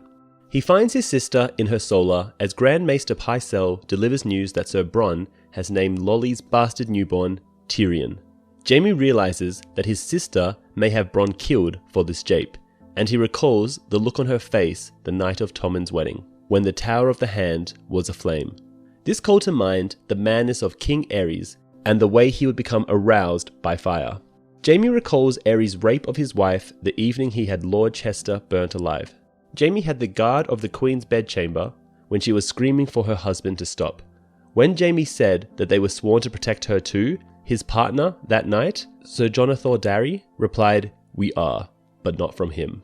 Jaime asks to speak with Cersei alone, and asks her why she keeps Lady Tanya around all the time, knowing that she is a spy for Marjorie. Cersei responds that Tanya is more her spy, considering that the Queen Regent can do more for the Merryweather family. Jaime cautions that she doesn't truly know the woman, but Cersei remarks that she may make Tanya's husband the Hand. After Jaime asks her about the rumour that she plans to name Aurene Waters her new Master of Ships, he recommends that she would be better off naming Paxter Redwyn, but Cersei will not put any Tyrell vassals on her small council. Cersei also defends her choice of Qyburn, a disgraced and twisted maester, to join the council. Cersei's growing paranoia and brutality are becoming more evident, and Jaime retorts, "You are seeing dwarfs in every shadow, and making foes of friends. Uncle Kevan is not your enemy. I am not your enemy." However, Cersei throws him out of her solar in fury. In the White Sword Tower, Jaime speaks with Sir Loras Tyrell, asking him what he knows of certain famous Kingsguard. Loras is well versed, but when Jaime mentions some lesser known Kingsguard, the Knight of Flowers does not recognize their names. Jaime points out that all of them served well, perhaps even better than the famous knights. Loras remarks that the great Kingsguard knights will always be remembered as heroes. But Jaime reminds him that the most infamous will also be remembered. And then there are those who are not easily classified, of which he offers an example, Criston Cole, the Kingmaker. Chapter 17. After yet another group presents her with a dwarf's head that is not Tyrion's, Cersei walks together with Qyburn to meet the small council. The new Master of Whisperers indicates that he has prepared the skull in an ebony box for delivery to Prince Doran, but no mention is made that it belongs to Gregor Clegane. Pycelle is near apoplectic upon hearing that Qyburn has been raised to Lord and has replaced Varys on the council, and Cersei makes it clear how unfit she considers the old Grand Maester. Cersei has finalized her appointments, placing men she considers to be meek and loyal and giving them the titles used in the Free Cities, thinking that she will have no masters with her in the small council. She now has a small council consisting of Orton Merryweather as Judicator, Master of Laws, Aurene Waters as Grand Admiral, Master of Ships, her Uncle Kevan's father-in-law, Sir Harris Swift, as her Hand. This last appointment she considers as a shield against any threat that Sir Kevan may present. The council first discusses the unrest in Sunspear and Prince Doran's letter that he imprisoned the Sand Snakes. Cersei notes that they are sending Balon Swan to Dorne with Gregor's head, as has been promised, but she does not mention that Balon will have another task as well. We also learn that Tyrion's High Septon has died in his sleep, and the council brings up the continuing influx of sparrows into King's Landing, stirring up the populace with their preaching of doom and demon worship. But Cersei cares not, nor does she care who becomes High Septon. The next topic is a letter by the Lords Declarant in the Vale of Arryn, but the Queen Regent decides not to intervene directly on Littlefinger's behalf, but only send a letter warning these lords that no harm must come to Lord Peter. When the subject of rebuilding the fleet comes up, Cersei is adamant against making any pact with the Ironborn, stating, "Their turn will come once we have dealt with Stannis." Aurene Waters will get his fleet of Drummonds, however, and Cersei will find the coin by deferring the crown's debt to the Faith of the Seven, and to the Iron Bank of Braavos, until the end of the war. Pycelle warns her against this route, cautioning that it would be foolish to make an enemy of the Iron Bank. but the decision is made regardless. The council also discusses the prudence of making someone pay for the red wedding so as to appease all the sparrows, and in the meantime offering whomever succeeds the sure to die soon Lord Walder Frey a chance to rid himself of unwanted brothers, half-brothers, and nephews. On the topic of the north, the council indicates that Stannis may soon be confronted by Roose Bolton's army, once his bastard son attacks Moat Caitlin from the north, allowing the Lord of the Dreadford passage through the neck. Cersei mentions that Waymond Manderly has taken Davos Seaworth captive after the latter was sent by Stannis to treat with him. Lord Manderly seeks the favour of the Iron Throne, and the Queen will recommend that he can achieve that favour if he beheads Stannis' hand. When Sansa is mentioned, Cersei shocks the council into silence with a violent tirade about how she plans to deal with the girl once she is found. In the awkward silence that follows, Cersei also remarks that Lord Bolton possesses Arya Stark, and that her marriage to his bastard should appease the North, keeping to herself the fact that Arya Stark is really a steward's whelp, provided by Littlefinger. Next, they debate the fact that the Night's Watch might be joining its might to Stannis, especially now that Jon Snow is their Lord Commander. The council decides to warn the Watch that the Crown will stop sending men to the Wall, but Qyburn suggests that they do send 100 men. Cersei picks up on Qyburn's reason for suggesting ostensibly an act of goodwill, and interrupts to indicate that the men sent will really be assassins ordered to remove Ned Stark's bastard. Back in her apartments, Cersei learns from Tanya that Dorcas fancies Osney Kettleblack, and also hints that she herself likes dangerous, scarred men. Cersei tries to learn the name of Tanya's old flame, but the Myrish woman is evasive. When Osney arrives, Cersei butters him up with an offer to join the Kingsguard and a chance to bed her again, provided he accomplishes a couple of tasks. First, Cersei wants him to seduce and hopefully bed Queen Marjorie. This will enable Cersei to execute her lawfully. Second, she plans to send him to the Wall as punishment for his treason with Marjorie, but in reality, he'll lead a group of men to assassinate Jon Snow. She assures him that the men would not be required to serve in the Watch after they complete their task, and promises him a lordship should he accomplish both missions. Later that night, Cersei asks Lord Tanya to remark to Marjorie that she has a secret admirer, but not to let out Sir Osney's name unless the girl probes. Chapter 18. Victorian has left the defence of Moat Caitlin to Ralph Kenning and sailed the Iron Fleet to Oldwick for the Kingsmoot. When the fleet arrives at Naga's Cradle, Victarion has them blockade Euron's silence. The first to greet him on the shore is Aeron, and later that night the priest is at his side for the feast. Several captains pledge their voice to Victorian's claim, but Baelor Blacktide seeks a king who will end the wars, saying, "Balon was mad, Aerion is madder, and Euron is maddest of them all." Soon, the captain finds his niece, advising her not to lay forth a claim, because a woman has no place ruling the Ironborn.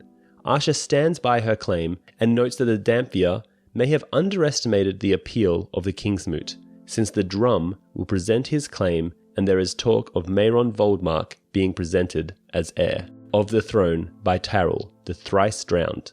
While it is apparent that Aeron's intent was to legitimize Victarion as Balon's successor, their chant is interrupted by the arrival of Euron. Victarion notes Euron does not seem to have aged in almost 3 years, that he has been gone. Aerion confronts Euron with the accusation that no godless man may sit the sea stone chair, but Euron cows his brother into leaving the hall. Asha then accuses her uncle of the death of her father, but Euron denies he had anything to do with it. When a fight nearly breaks out between Asha and one of Euron's men, Victarion steps in and demands that Euron leave. After his departure, Victarion and his niece walk outside, and Asha asks why Euron was banished by her father, for he refused to ever speak of it. Victarion eventually tells her that Euron impregnated Victarion's wife. Victarion wanted to kill his brother, but Balon forbid it and sent Euron to exile. Later, Victarion killed his wife with his own hands. Asha offers to set aside her claim if Victarion will name her his Hand of the King and end the war. She feels that the Ironborn have overextended themselves and tells her uncle that she has reached an agreement with Lady Sibel Glover, and that their people may keep Sea Dragon Point and the Stony Shore in return for the release of Deepwood Motte, Torrhen Square, and Moat Cailin. Victarion is not receptive. Asha replies that she then will claim the throne. Chapter 19. Aeron is wading in the ocean, berating himself for running from Euron.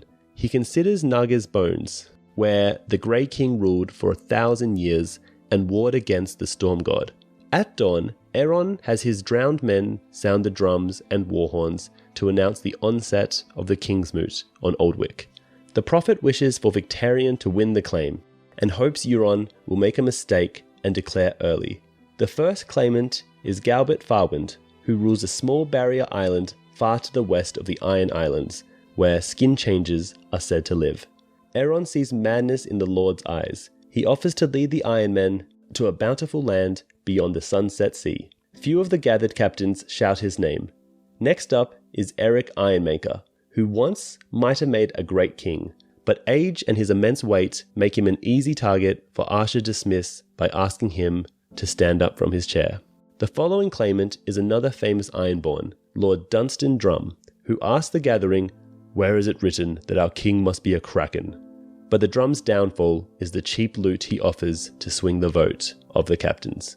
Victarion steps forth next and asks for Aerion's blessing. His speech is short and concise, and he offers to continue the rule his brother Balon set. His offerings are generous, and many captains give him their voice, but it is Asha who interrupts the shouts of "Victarion!" and declares that her claim is best, as she is Balon's daughter. She tells the Ironborn that war is bleeding their people, and to continue it would be folly. She offers peace with the Northmen, and prosperous land on the western shores of the north. When she opens her chests to show the scant spoils of her warring in the north, the dolment of support she receives is staggering. Fearing that a woman will win the King's Moot, Aeron is shocked back to reality by the harrowing bellowing of a horn. All eyes turn to a giant war horn bound with ancient Valyrian glyphs being sounded by one of Euron's mongrels. After sounding the horn several times, the giant mute nearly falls over, his lips bloody and blistering. Euron steps forward and announces that he has sailed further and braved more than any other Iron Man. He offers not only peace and land, but all of Westeros to the Ironborn. When Asha asks him how he means to do so, her uncle responds that he will use dragons to conquer the Seven Kingdoms, as Aegon the Conqueror did, using the dragon horn he found amongst the ashes of old Valyria. When he tells the crowd that the horn can bind dragons to his will, and that he knows where 3 dragons can be found, he receives the overwhelming cheers of "Euron, Crow's Eyes, Euron, King!" Chapter 19 has Davos held for 18 days in a large, airy, well-furnished chamber with guards at the door and a view of the city's streets. Marlon Manderly takes Davos to treat with Lord Wyman Manderly at his merman's court. Davos asks Lord Wyman to ally with Stannis. He is resisted. However, by envoys of House Frey, Rhaegar, Jared, and Sidmund, who have come with the remains of one of Lord Wyman's sons, Wendell Manderly, the Frey envoys lie to the court, saying that Robb Stark transformed into a wolf at the Red Wedding, and killed Wendell and several Freys. Davos asks for Jared's name before calling him a liar before the court.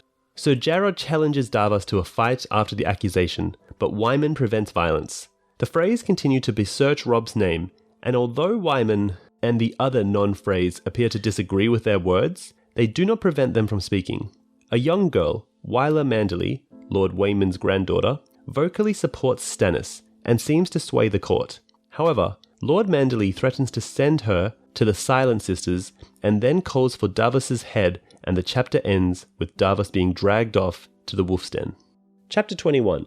At a hidden well at Shandystone, in the Desert of Dawn, Arianne and her most trusted companions are awaiting the arrival of Marcilla and her sworn sword. Although Arianne has the utmost trust in Garren, Dray, and Sylvia, she is still unsure about Gerald Dane, the Darkstar. She considers his cruel nature and the mystery surrounding him. She is worried that Aerys may be wary of him, but if this would happen, and they would to come to blows, who would win? Garren warns Arianne that he does not like the man, but she reminds him that they may need his sword and eventually his castle. Later, Darkstar tells her that this scheme to crown Marcilla will not work as she has planned. He then unsheaths his sword and reveals that you incite a war with steel, meaning they should kill Marcilla. When Aerys and Princess Marcilla arrive, Ariane introduces the girl to her companions. Marcilla recalls the Great Knight, Arthur Dane, when she meets Darkstar, which seems to upset the Knight of High Hermitage, because in his mind, people always remember his cousin for his famous sword. Aerys draws Ariana off alone and reveals that Tywin Lannister is dead. They set off at night for the Greenblood, where they will take an orphan's barge west along the river. Marcilla is confused, having been told nothing by Aerys, especially the fact that everyone keeps calling her Your Grace. Ariana tells her some of their plan, that they intend to crown her queen, because her brother Tommen was being controlled by evil counselors. During the trip, Marcilla asks Garin why they call him an orphan of the Greenblood, when he has a mother and father. He explains that it is a metaphor for their mourning the loss of their homeland, and the mother, river, the Rhoyne. They built barges along the Greenblood and hammered them together, as they did in their ancestral land, for they were never comfortable in the Dornish deserts. As Ariane is considering her plan to crown Marcilla at Hellholt, where Illyria Sand's father, Harmon Ula, rules, they reach the river and spot the barge that Garen's people promised would be waiting. But as they get closer, Arya Hotar steps from the cabin with a dozen crossbowmen. Ariana yells for them to flee, while Dre recommends they yield. But Aerys Oakheart charges the boat, intent on protecting his two princesses at all costs. Hit with several bolts, he reaches the deck, but falls to Captain Hotar's longaxe. As Ariana falls off her horse screaming, "No!" she hears Marcilla shrieking, and Hotar commanding horsemen to chase after Darkstar, who fled. Ariana notices Marcilla on her hands and knees, her head in her hands and blood streaming down her ears. Then she is brought before Hotar, pleading to know how her father discovered what she planned. The captain of the guard responds, "Someone told.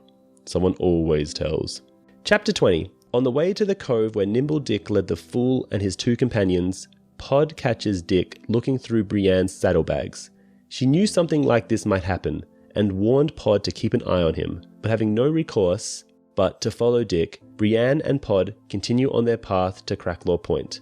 Dick tells them some of the history of the region, to pass the monotony of their journey. Brienne's mistrust of Dick has made him take notice, and she considers how easy it is for her to suspect others after the mistreatments she has suffered in her life. She remembers getting her revenge on several of her false suitors during the melee at Bitterbridge, but this has done little to stay her natural distrust. As they pass the Dire Den, Lord Brune's castle, Pod takes note of a rider a couple miles behind them. When Brienne learns that Dick may have known Lord Brune, she considers the possibility that Dick is a deserter from the war.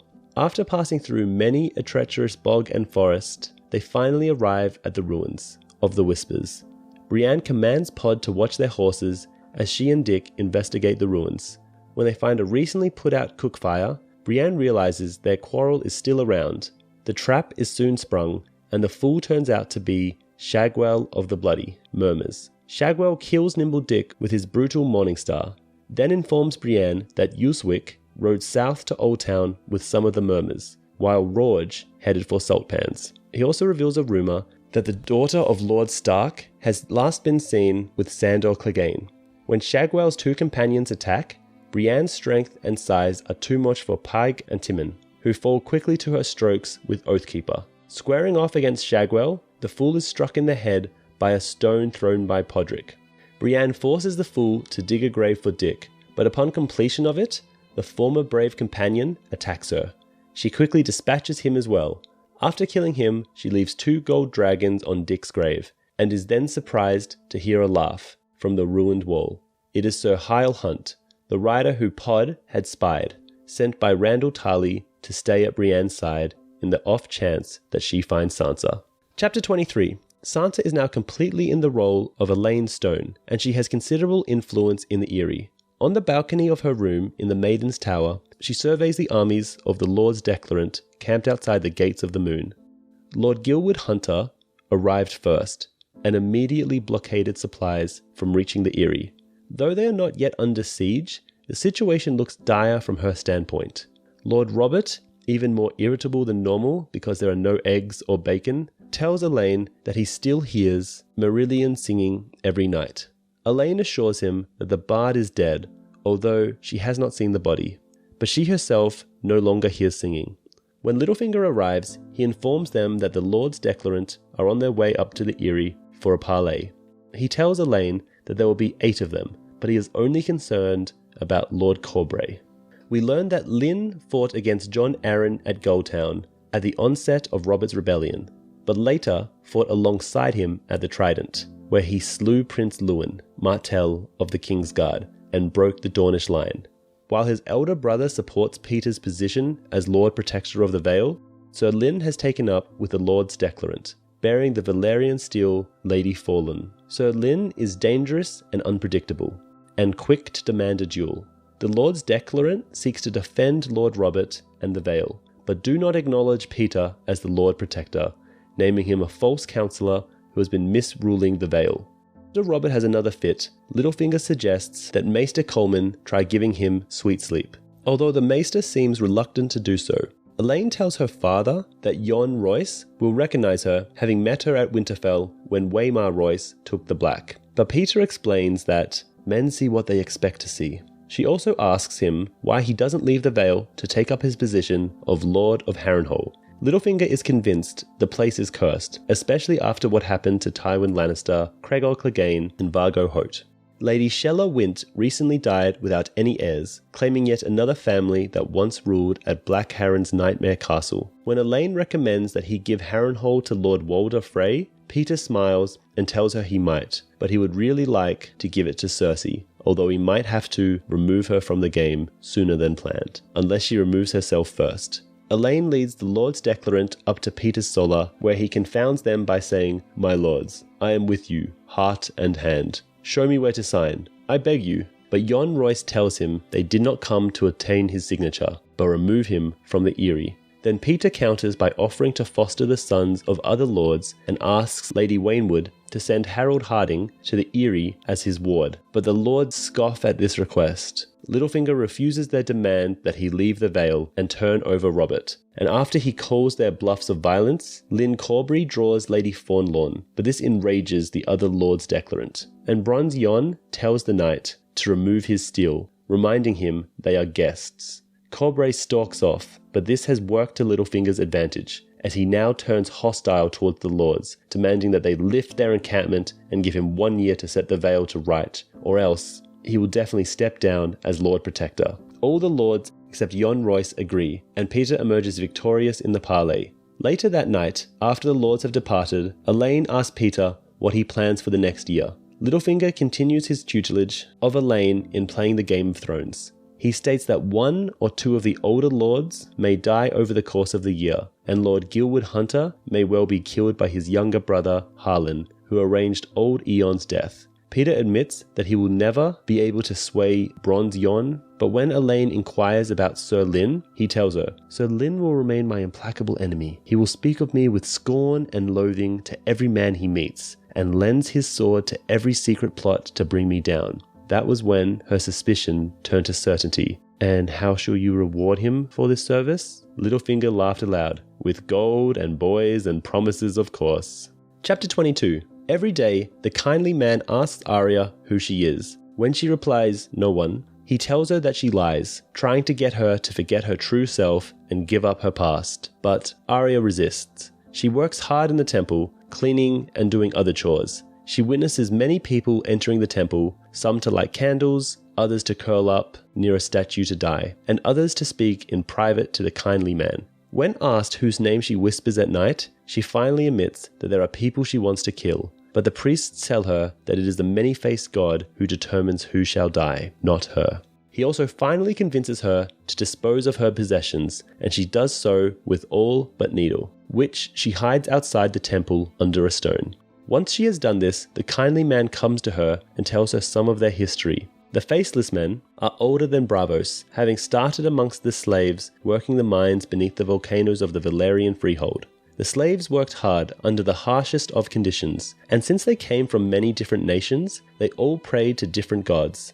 But one amongst them, although he may have actually been a noble's son or an overseer, no one knows, realized that they were actually all praying to one god, one who could set them free from their torture. The kindly man does not finish the story, but now Arya is a novice at the temple, and she and the waif begin to teach each other their respective languages. As Arya learns Bravosi, the waif also teaches her how to read a lie on someone's face, and Arya discovers that the girl is actually well over 30 years old, having taken poisons as part of her sacrifice to become faceless. One day, when other priests of the many-faced god visit the temple, Arya asks the kindly man how to change her face, as Jaqen H'ghar did. While the priest knows not the name, he tells her it takes years of prayer, sacrifice, and study to accomplish what he could do. Still, Arya wishes to learn, so he tells her to begin training the muscles of her face in front of a mirror every day. The next day, the kindly man tells Arya that she must leave the temple for a while, so as to learn the Bravosi tongue by being amongst them all the time. He instructs her to find a fishmongerer named Brusco, but to not reveal who she really is. Arya decides to use the name Cat, pretending to be an orphan girl from King's Landing. Chapter 24. Cersei continues to obliviously move from one folly to the next and is angered by Tommen's request to sit the Iron Throne and attend small council meetings. She realizes that Margaery put him up to this. Cersei refuses to give her power up to anyone, at least until Tommen comes of age. Next, she sends away the Iron Bank's envoy, Noho Domitius, after telling him there'll be no payment until the rebellion is ended. She receives word from Pycelle that Lord Manderley had Sir Davos beheaded, and the phrase confirmed this. Later, she speaks with Osmond Kettleblack about his younger brother's failed efforts to bed Margaery. Osmond swears that the young queen likes him, but that they are never alone. The Kingsguard names some of those always around her, including the male singers she prefers to entertain her and her companions. When Cersei crosses the yard and finds Tommen riding at the Quinton, she is infuriated. Once again, this was Margaery's idea, and while all those gathered are cheering the young king's jousting ability, Cersei blunders by saying, "One day you shall rule the lists, as your father did." Margaery astutely catches this and asks what tourneys King Robert had won. The Queen Regent evades this by mentioning Robert's deeds at the Trident. She then berates Loras for teaching Tommen how to ride, but the Kingsguard reminds her that there has been no Master-at-Arms at the Red Keep since Aeron Santagar was killed. Walking back to her solar, she considers sending for another Dornish Master-at-Arms, just to irk the Tyrells. In her solar, Qyburn informs her that Prince Doran has imprisoned Daemon Sand for demanding the release of the Sand Snakes, and that Sylvia Santagar has been hastily married to the elderly Eldon Estimant. He also tells her that both Daemon Sand and Sylvia are close friends of Doran's daughter, Arianna. Cersei could not care less, but she is interested to hear of a treasonous puppet show. She commands Qyburn to have the 4 puppeteers put to death, but Qyburn wants the woman for his experiments. Cersei has already given him Senel, but he tells her she didn't last. The Queen Regent recalls her screaming in the darkness when she was down in the black cells, but grants Qyburn his test subjects. Later, she is bathing in preparation for dinner. Jaime arrives with Tommen, who is demanding to see her. The boy king wants his horse tomorrow so that Loras can continue training him, but his mother will have none of it. Jaime mocks her for suggesting that Sir Osmond is thrice the knight Sir Loras is, but Cersei finally convinces her son to wait for a new Master-at-Arms to be named. As she gets dressed, Cersei recalls her fit of rage when her washerwoman shrunk several of her gowns, but it is obvious she is unaware that she is actually gaining weight from all the alcohol. Her guests for dinner are Felice Stokeworth and her husband Balman Britch. It is revealed that Tanda Stokeworth has been thrown from her horse and fractured her hip, but Cersei thinks to herself that Tanda will not recover from the wound at her age. Felice says she was refused hospitality by the ward of the Lord Gilus Rosby, and that she encountered ruffians on the road. Cersei deftly convinces Felice and Balman that she fears Bronn is either hiding Tyrion or gathering swords for him, and may mean to try and kill Tommen. They assure her that it was solely Bronn's responsibility for naming Lolly's bastard son Tyrion, but Bolman gets the hint that Cersei would like to see the ex-sellsword killed, and tells her not to worry any further. On her way to bed, Cersei peeks in on Tommen and sees 3 kittens in bed with him. Meryn Trant informs her that Margaery gave them to him.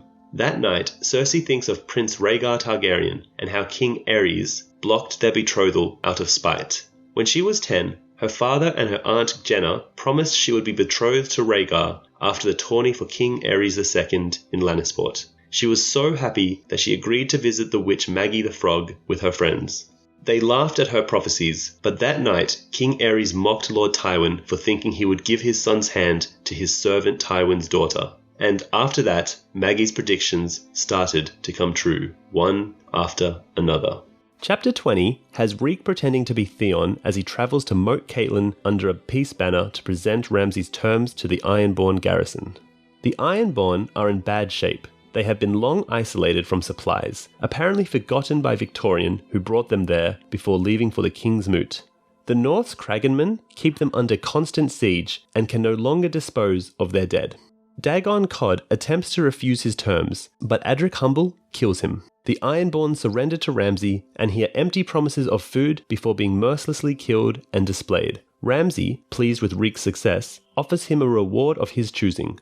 Reek is wary of Ramsay's offer of freedom and instead requests strong wine. Ramsay agrees and further humiliates Theon by rewarding him with a promotion to the role of a dog. He meets Lord Roose Bolton as his own forces arrive at Moat Caitlin, with a sizable number of Freymen, including Hostin Frey and Aenys Frey, both of whom Theon recognizes from his time at their side as part of Robb's war campaign. At this point, only about a fifth of the Northmen who went south with Robb have returned alive.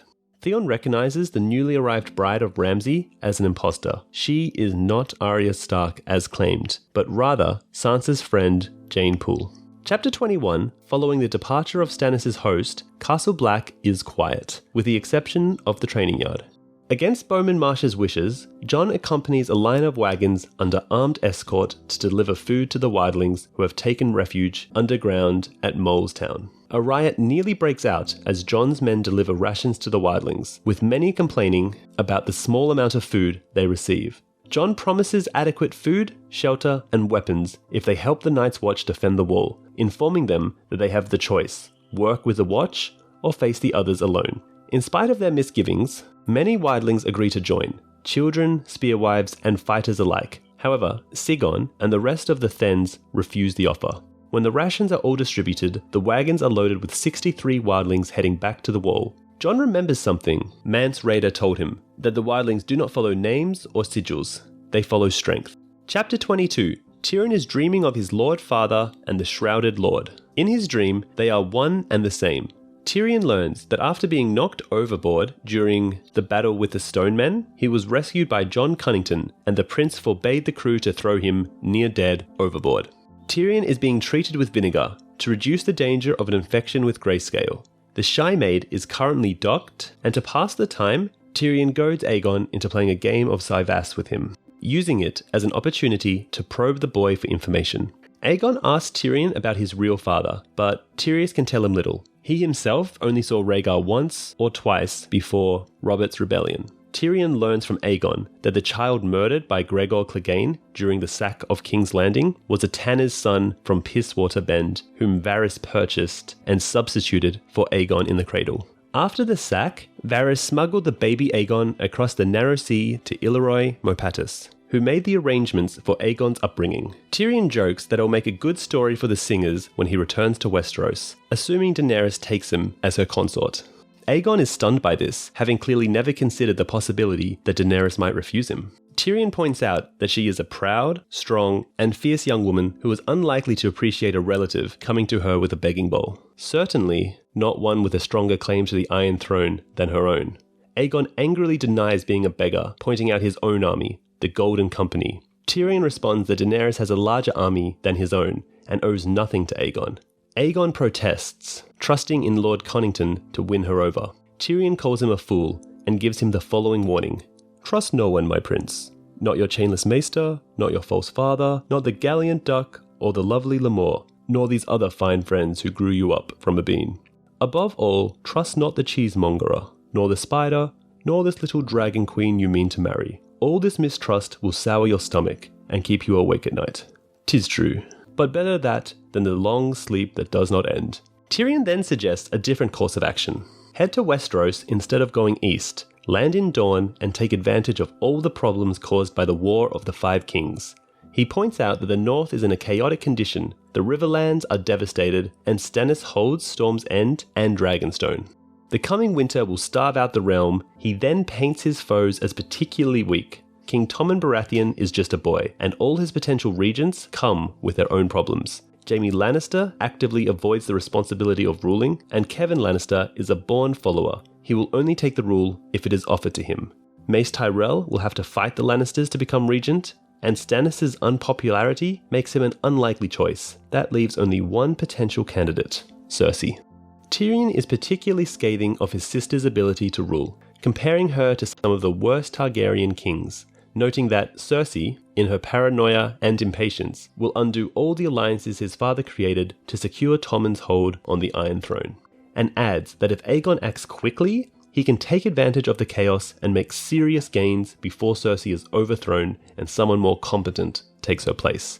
When Aegon protests, asking how they can win without his aunt and her dragons, Tyrion points out he doesn't have to conquer the Seven Kingdoms, that he only needs to start winning victories, acting not as a beggar, but a true scion of House Targaryen, like his ancestor, Aegon the Conqueror. When he does, word of it will get back to Daenerys, and she and Aegon can meet as equals. Tyrion is convinced that Daenerys will fly to Aegon's side and immediately love him, as he is the last of her line, and she is above all a rescuer. To re-emphasize his point to Aegon about trusting no one if he wants to survive, Tyrion wins the Cyvus game using a piece of bad advice he gave and which the prince took at the start of the game.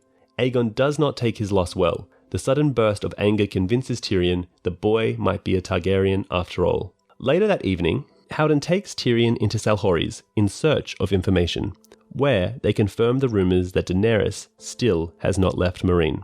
They learn the Yunkai are spreading slanderous propaganda and offering heavy bribes to convince Volantis to side against Daenerys, whose attack on the slave trade has made her enemies in Volantis. By contrast, it is learned that the Red Priests of Brilhor, particularly the High Priest Benero, are supporting Daenerys and preach Volantis' destruction if the city rulers side against her. Later, Tyrion convinces Howden to let him find a brothel and go searching for Tysha. He finds his way into a cheap brothel where he has sex with a Westerosi-looking girl, retches, has sex with her again, and then leaves ashamed of himself. On his way out, he stumbles drunkenly into a Westerosi man who takes him prisoner, to be delivered to the Queen. Chapter 40. Arianna is imprisoned atop the Spear Tower, forced to contemplate her failed scheme. She never expected someone to inform her father of the plan, nor for Hotar to intercept them, and certainly not Gerald Dane's unprovoked attack on Marcella. Dane escaped from Hotar's men, but he left a terrible scar on Marcella's face, barely missing a beheading stroke, as was his intent. Thinking her father would see her within a day, Arianna becomes distraught as days turn into weeks, and although servants come and go, with food, none will speak to her. She considers who could have betrayed her, ponders her feeling at the loss of Sir Aerys, and thinks of her close relationship with Tyene. She eventually persuades the young serving girl, Cedra, to deliver a letter to Lord Fowler, knowing that the girl has feelings for Garren, who, Arianna assumes, is also being imprisoned along with her other co-conspirators. But the next day, Cedra does not return, and Arianna never sees her again during her imprisonment. After an immediate period of agonized waiting, Erio Hotar arrives to bring her before her father. Prince Doran asks her why, to which Arianna replies, "For the honor of our house." The prince tells her they have not caught Dane, but the damage he did to Marcella, a ward of their house, has done naught, but bring the Martells dishonor. He cautions her that a war with the Iron Throne is the last thing they need. Although the young dragon wrote that Dorne was populous, his memoirs were written to portray himself in a better light. Prince Doran admits that Dorne is actually the least populous of the Seven Kingdoms and could not survive open war with the throne. He admits it was a mistake not to have her taken prior to running off with Marcella, but will not reveal who betrayed her. When he tells her that she disappoints him, Arianna retorts, "You have been disappointing me for years, father." Prince Doran discloses that none of her co-conspirators are imprisoned. Instead, he has sent Sir Alden Dort to Norvos to serve Arianna's mother. Garren is in Tyrosh for 2 years, and Sylvia was sent to Greenstone to marry Lord Eldon Estamont. He goes on to remark that Arianna and her cousins may get the war they wanted, as Sir Balon Swan is on his way to Sunspear. The prince has several of his bannermen stalling him, but eventually Sir Balon will discover that his brother in the Kingsguard, Sir Aerys, is dead, and Marcilla maimed. Ariana continues to taunt her father, and he cautions her that he is out of patience. But the princess is unimpressed, remarking, "For Lord Tywin, you always had the forbearance of Baelor the Blessed, but not for your own blood. None." He responds, "You mistake patience for forbearance. I have worked at the downfall of Tywin Lannister since the day they told me of Elia and her children." When Ariana tells him that she wants her rights to Dorne, Prince Doran finally reveals that she will have the kingdom when he passes. Ariana divulges that she knew of his scheme to make Quentyn his heir, but her father tells her that he had other plans for her. He offered her hand to old men because he knew she would rebuke them, but he had to be seen as trying. All along, he had promised her to Prince Viserys, but now that the last male Targaryen is dead, he has no reason to deny her right to Dorne. He finishes by saying, "We princes make our careful plans, and the gods smash them all awry." His original plan was to send her to Tyrosh to serve as the Archon's cupbearer, where she could meet her betrothed in secret, while her brother, Quentyn, was being raised to assume the seat of their house. Finally, he reveals why her brother is overseas, to bring back their heart's desire. When Ariana asks what that is, her father replies, "Vengeance, justice, fire, and blood." Chapter 6 has Quentyn, the son of Doran Martell, in Volantis, disguised as a wine seller's servant and trying to book passage to Meereen with Garrus Drinkwater. In case you're confused, Quentyn is the nephew of Oberyn Martell and is on a quest to fulfill a marriage contract between himself and Daenerys that was originally meant for Viserys and Quentyn's older sister and heir to Dorne, Ariana Martell. Quentyn and Garrus find no luck in getting passage. They think about returning home, since 3 of their comrades died just to get them to Volantis, and Quentyn doesn't want any more deaths on his conscience. But his duty to Dorne and his father keeps him from turning back. They travel through the streets to meet with Archibald Ironwood, the third and final remaining member of their party. Along the way, they encounter a party of Windblown who are recruiting soldiers as they head to Yunkai to war against Astapor and Meereen. Quentyn isn't sure what to do, but Archibald reveals there is a way to Meereen, less honourable but faster than the Demon Road, signing up with the Windblown Sellsword Company as they sail to war against Daenerys with the Yunkai. Chapter 23, Galazza Galere, the Green Grace, appears before Daenerys to offer once more the suggestion that she marry Hizdahr Zolaric, who is waiting for her. Dany agrees to speak with him, and though neither of them love nor even express much physical attraction to one another, Hizdahr promises to put an end to the attacks by the Harpies' sons. Dany tasks him with 90 days in which he does not want a single attack, as demonstration of Hizdahr's promise. If he succeeds, Dany agrees that she will accept his wedding proposal. After he leaves, Barristan Selmy expresses his disapproval, but Dany believes that she still has 90 days to figure out another plan, to see if Hizdahr can prevent the attacks, and if he can, she will marry him out of duty to her people. So Barristan tells her that during her assembly with the Green Grace, that Daario Naharis has returned. Dany commands to see him at once, overcome with lust. Despite her growing passion, during the meeting, Daario upsets her with his barbaric suggestions to butcher all the Meereenese nobles, and she sends him away. Dany tells Barristan to forbid Daario from meeting with her directly ever again, but regrets her decision almost immediately. Chapter 25. Returning to Maidenpool, Hyle Hunt informs Randall Tarly that Brienne has killed 3 of the Bloody Murmurs. Tarly again warns her against playing a knight, but Brienne will not give up her mission. She and Podrick meet up with Sir Hyle the next morning, and he tells them of his plan for finding Sandor Clegane. He reveals that the Hound has not joined Beric Dondarrion, and that the Lightning Lord's band had no part in the raid on Saltpans. Lord Tarly has created this rumour in hopes of turning the small folk against Lord Beric. Sir Hyle knows a Septon with great knowledge of the Riverlands, and proposes that they accompany the man to Saltpans. When Brienne says she has no intention of travelling with Hunt, he tells her that he is no longer in Lord Tarly's service. They soon depart for Saltpans. While Septon Merrybold talks of the gods, his past and the great bands of wolves in the Riverlands, led by a demon of a she-wolf, Merrybold tells them that they may encounter broken men traumatized by their experiences in war on their way to Quiet Isle. And Brienne summarizes that the Septon himself once had such an experience before he discovered his piety. Chapter 26. Staying at an inn in Bravos, Sam is nearing wit's end.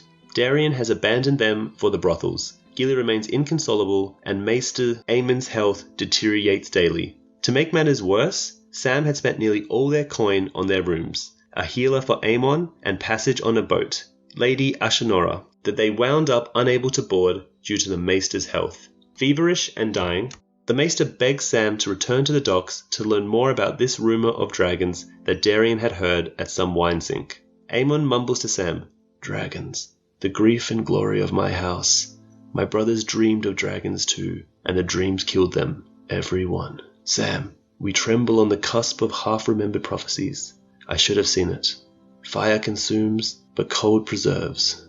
The wall." Sam departs that night to find Darien, but gets accosted by two Bravosi because he is wearing a sword. However, he is saved by Cat of the Canals, who tells him of another black brother about to wed the sailor's wife. Sam finds Darien at the Happy Port, but his brother from the Watch wants nothing more to do with the black, or Gilly and Aemon, for that matter. Sam punches him in the face, but gets tossed into the canal by the proprietors of the brothel.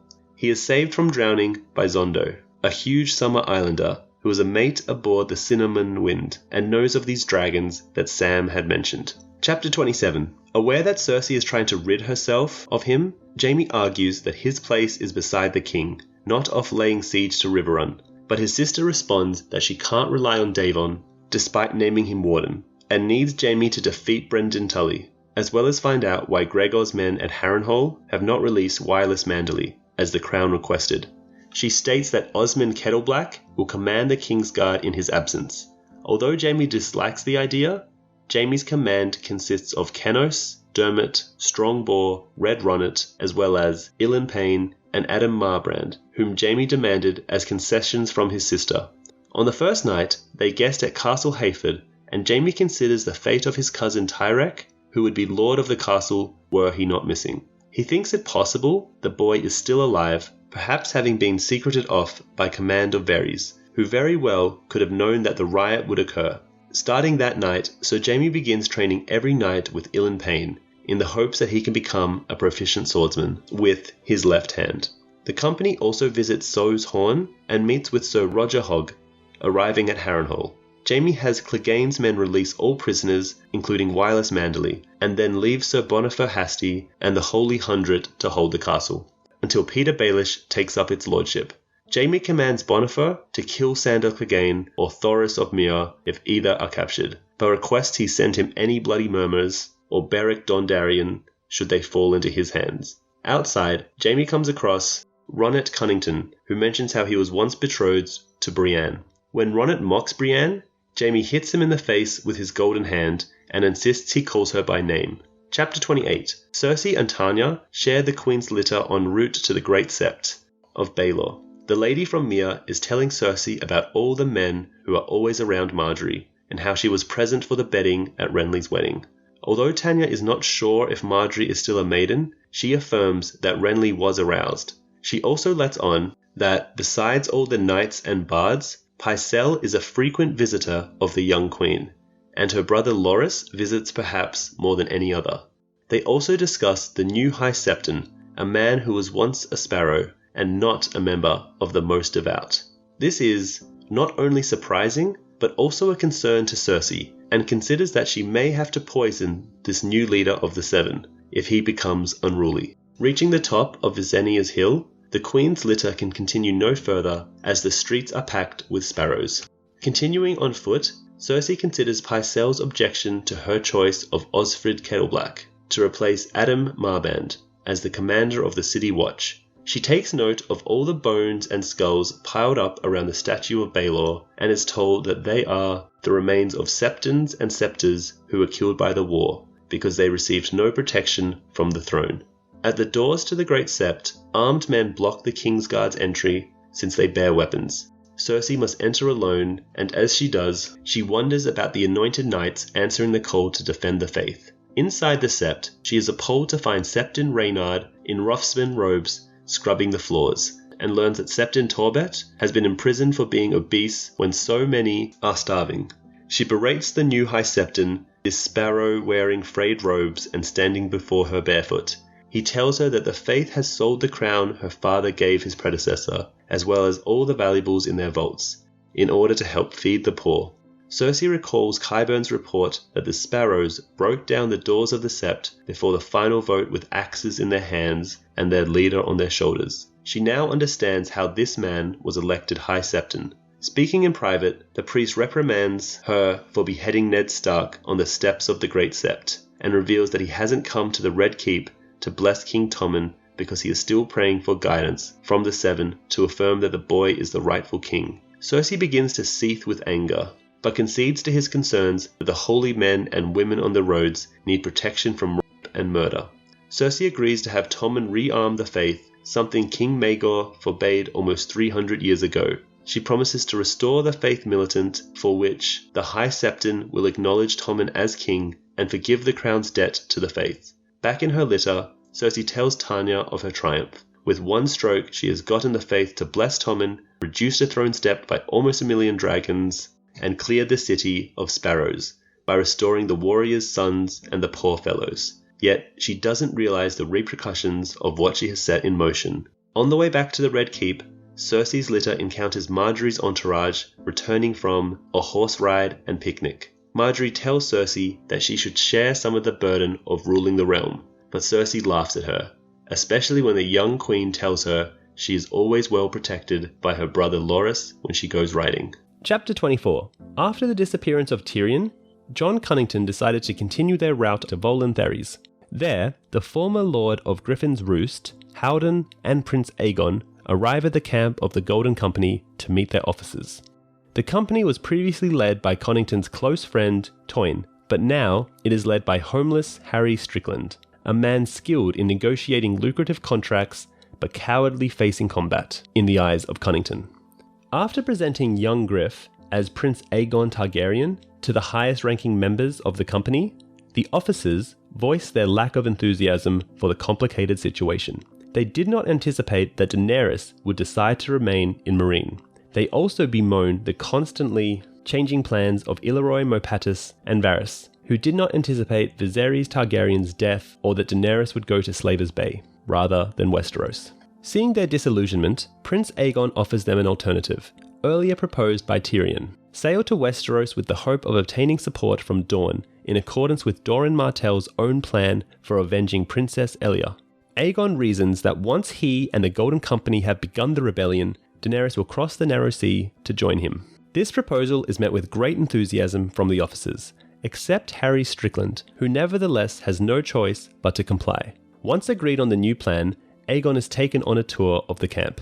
Connington retires to his quarters, satisfied with the new situation, and impressed with a side of Aegon he has not previously seen. He hopes to return home to the castle of his ancestors and repay his debt to his old friend Rhaegar. It is then revealed that he is slowly succumbing to grayscale acquired from the attack by the Stonemen, which is beginning to spread in his hand. He hopes that he will live several more years to see his ward sit the Iron Throne. Chapter 25. Quentyn Martell and his two companions have joined the Windblown, a sellsword company of 2,000 led by a Pentoshi noble, known as the Tattered Prince. Their goal is to reach Slaver's Bay and eventually Daenerys Targaryen in Meereen by deserting the Windblown when the time is right. The company was paid for by Yunkai to fight and kill the Butcher King's successors in Astapor, where they are currently mounted, 3 miles away from the gates.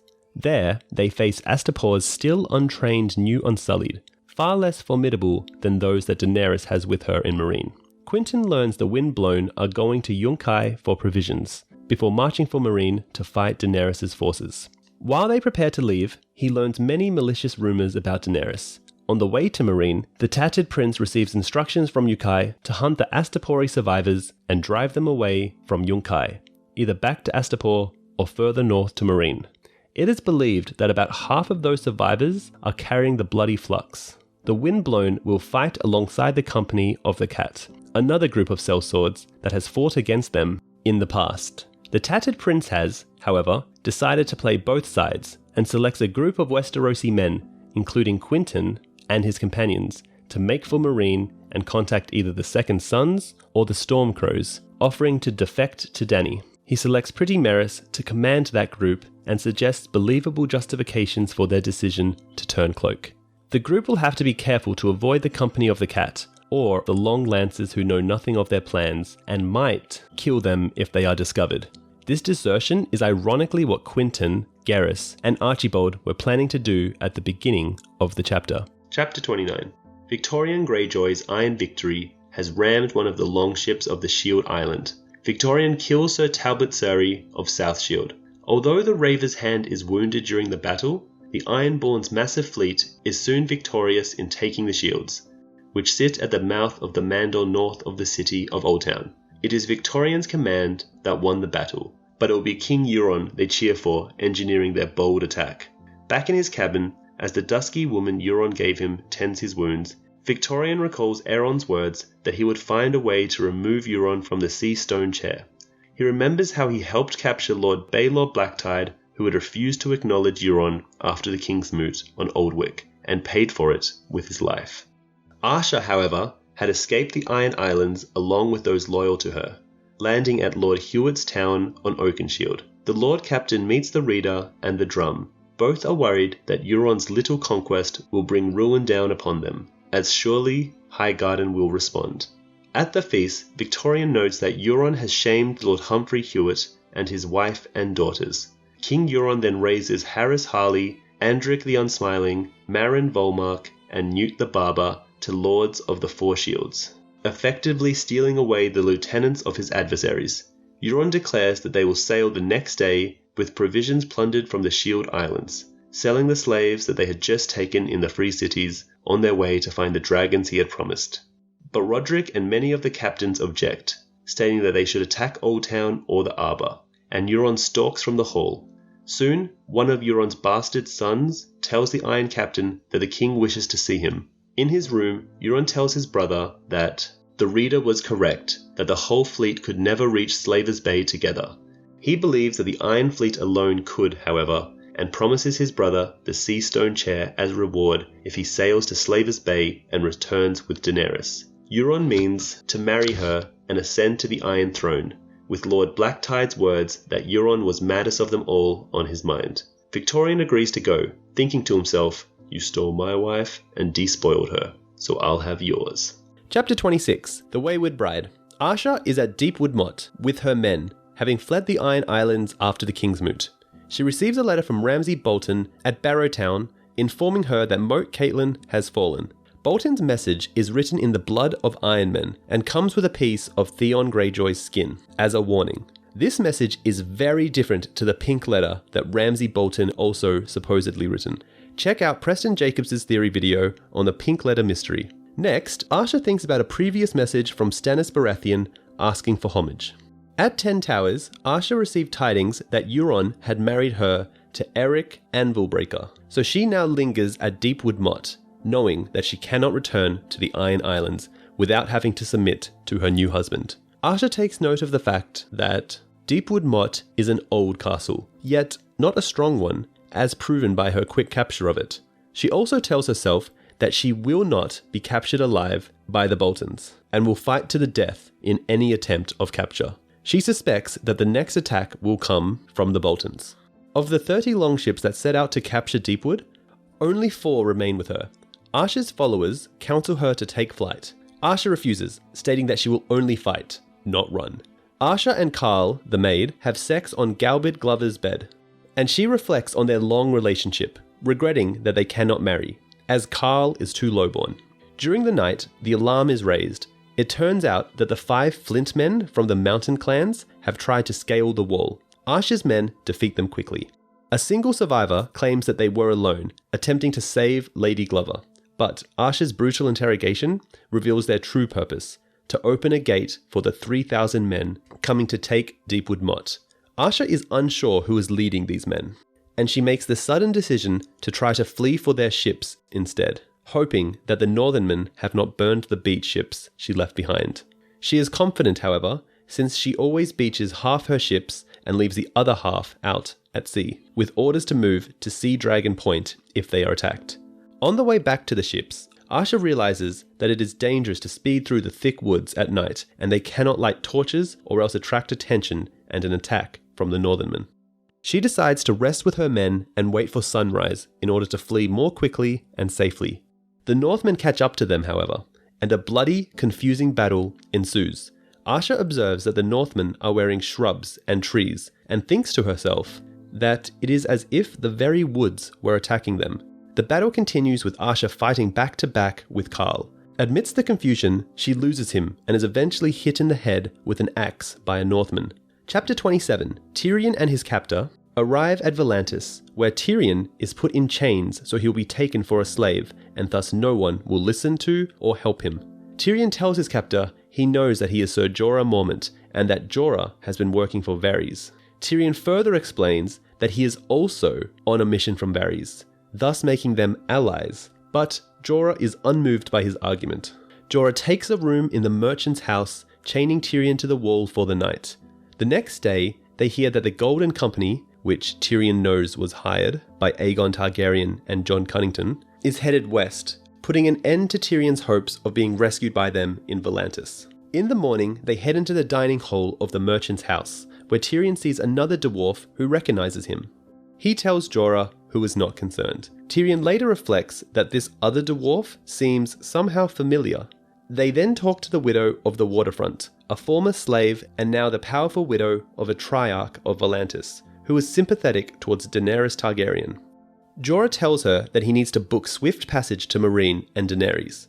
She asks Jorah why he seeks Daenerys, and he answers, to serve her, defend her, die for her, if need be. However, the widow is unimpressed by his supposed motives, but when Tyrion is asked why he seeks Daenerys, he answers honestly, whatever she would have of me, sage counsel, savage wit, a bit of tumbling, my cock if she desires it, my tongue if she does not, I will lead her armies or rub her feet, as she desires, and the only reward I ask is I might be allowed to rape and kill my sister.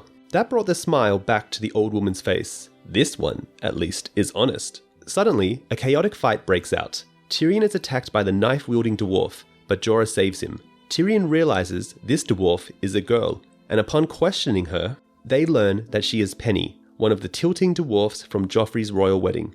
Her brother, also a dwarf, was mistaken for Tyrion and beheaded by sailors, but she was set free when they realized she was a girl. The widow instructs Tyrion to take the Selasori Koran, a trading cog which is destined for Qarth by way of New Gis, but Benero has foretold that it will not reach this destination. She gives him a message to deliver to Daenerys from the slaves of Volantis. Tell her we are waiting. Tell her to come soon. Chapter 30. Dany begins every morning counting the enemy ships in her harbour. Today, she has counted roughly 25. She has an argument with her Admiral Grolio, advising her to attack the enemy fleet with dragons. Daenerys tells him to attack with ships, but he replies that she dismantled his ships, and all the timber within 20 leagues has been burned, so he can build no more. Hisdar has thus far had success in preventing further murders. She has had her betrothed followed, and Skarhaz Mokandik reports that Hisdar has visited 11 pyramids, and it has been 26 days since a murder has been attempted. He summarizes that he must be one of the sons of the Harpy, or else these others would not have listened to his words alone. Skarhaz asks that he may question Hisdar, but Dany will not let him, stating that she must trust Hisdar, or face open rebellion in the city. Skarhaz also advises her that the fleets in the blockade all have family members in Meereen, and that she should use them as hostages, a contemplation she also rejects. Barristan Selmy advises her that she has done a wise thing. Grey Worm meets with her next to tell her that the first refugees from Astapor are arriving in Meereen, and that Astapor is burning. Dany learns of the fall of Astapor, and that many inhabitants have contracted the bloody flux while under siege, with the survivors now fleeing towards Meereen. The survivors also say that they believed and waited every day for Daenerys to come and save them. She tells them that they will be safe in Meereen now. Dany is advised not to let the survivors and their illness into the city, and reminded again of Eroy, and of how sometimes those whom she tries to save end up worse off. There are further appeals to use the dragons, however they are followed with comments that they cannot be controlled right now, and even the Unsullied are afraid to go into the dragon pit to feed them. Dany says she cannot and will not unleash the dragons at this point in time. Ultimately, she decides not to let the Astapori into the city and that they should have a separate camp outside the city until the flux passes. So Barristan appeals to her to take the battle to the enemy. She then reminds herself that a queen represents her people and not just her own person. She thus decides that she cannot have the Unsullied take the field, or else she would have to leave the brazen beasts alone to defend against the sons of the Harpy, which will not suffice. She then says that she must marry Hisdar for the good of the people.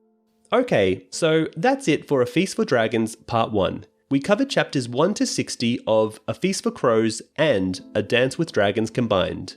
In Part 2, we'll cover chapters 61 to 119 and the 11 leaked Winds of Winter sample chapters as well. In the meantime, please remember to try out our 30-day free trial of Audible and get 2 free credits using our promo code audibletrial.com/videobooks. The link is in the description. It's a great way to support this channel. Anyway, thanks again for watching. Also, when you get the chance, try out Fantasy Flights, a Game of Thrones board game, digital edition.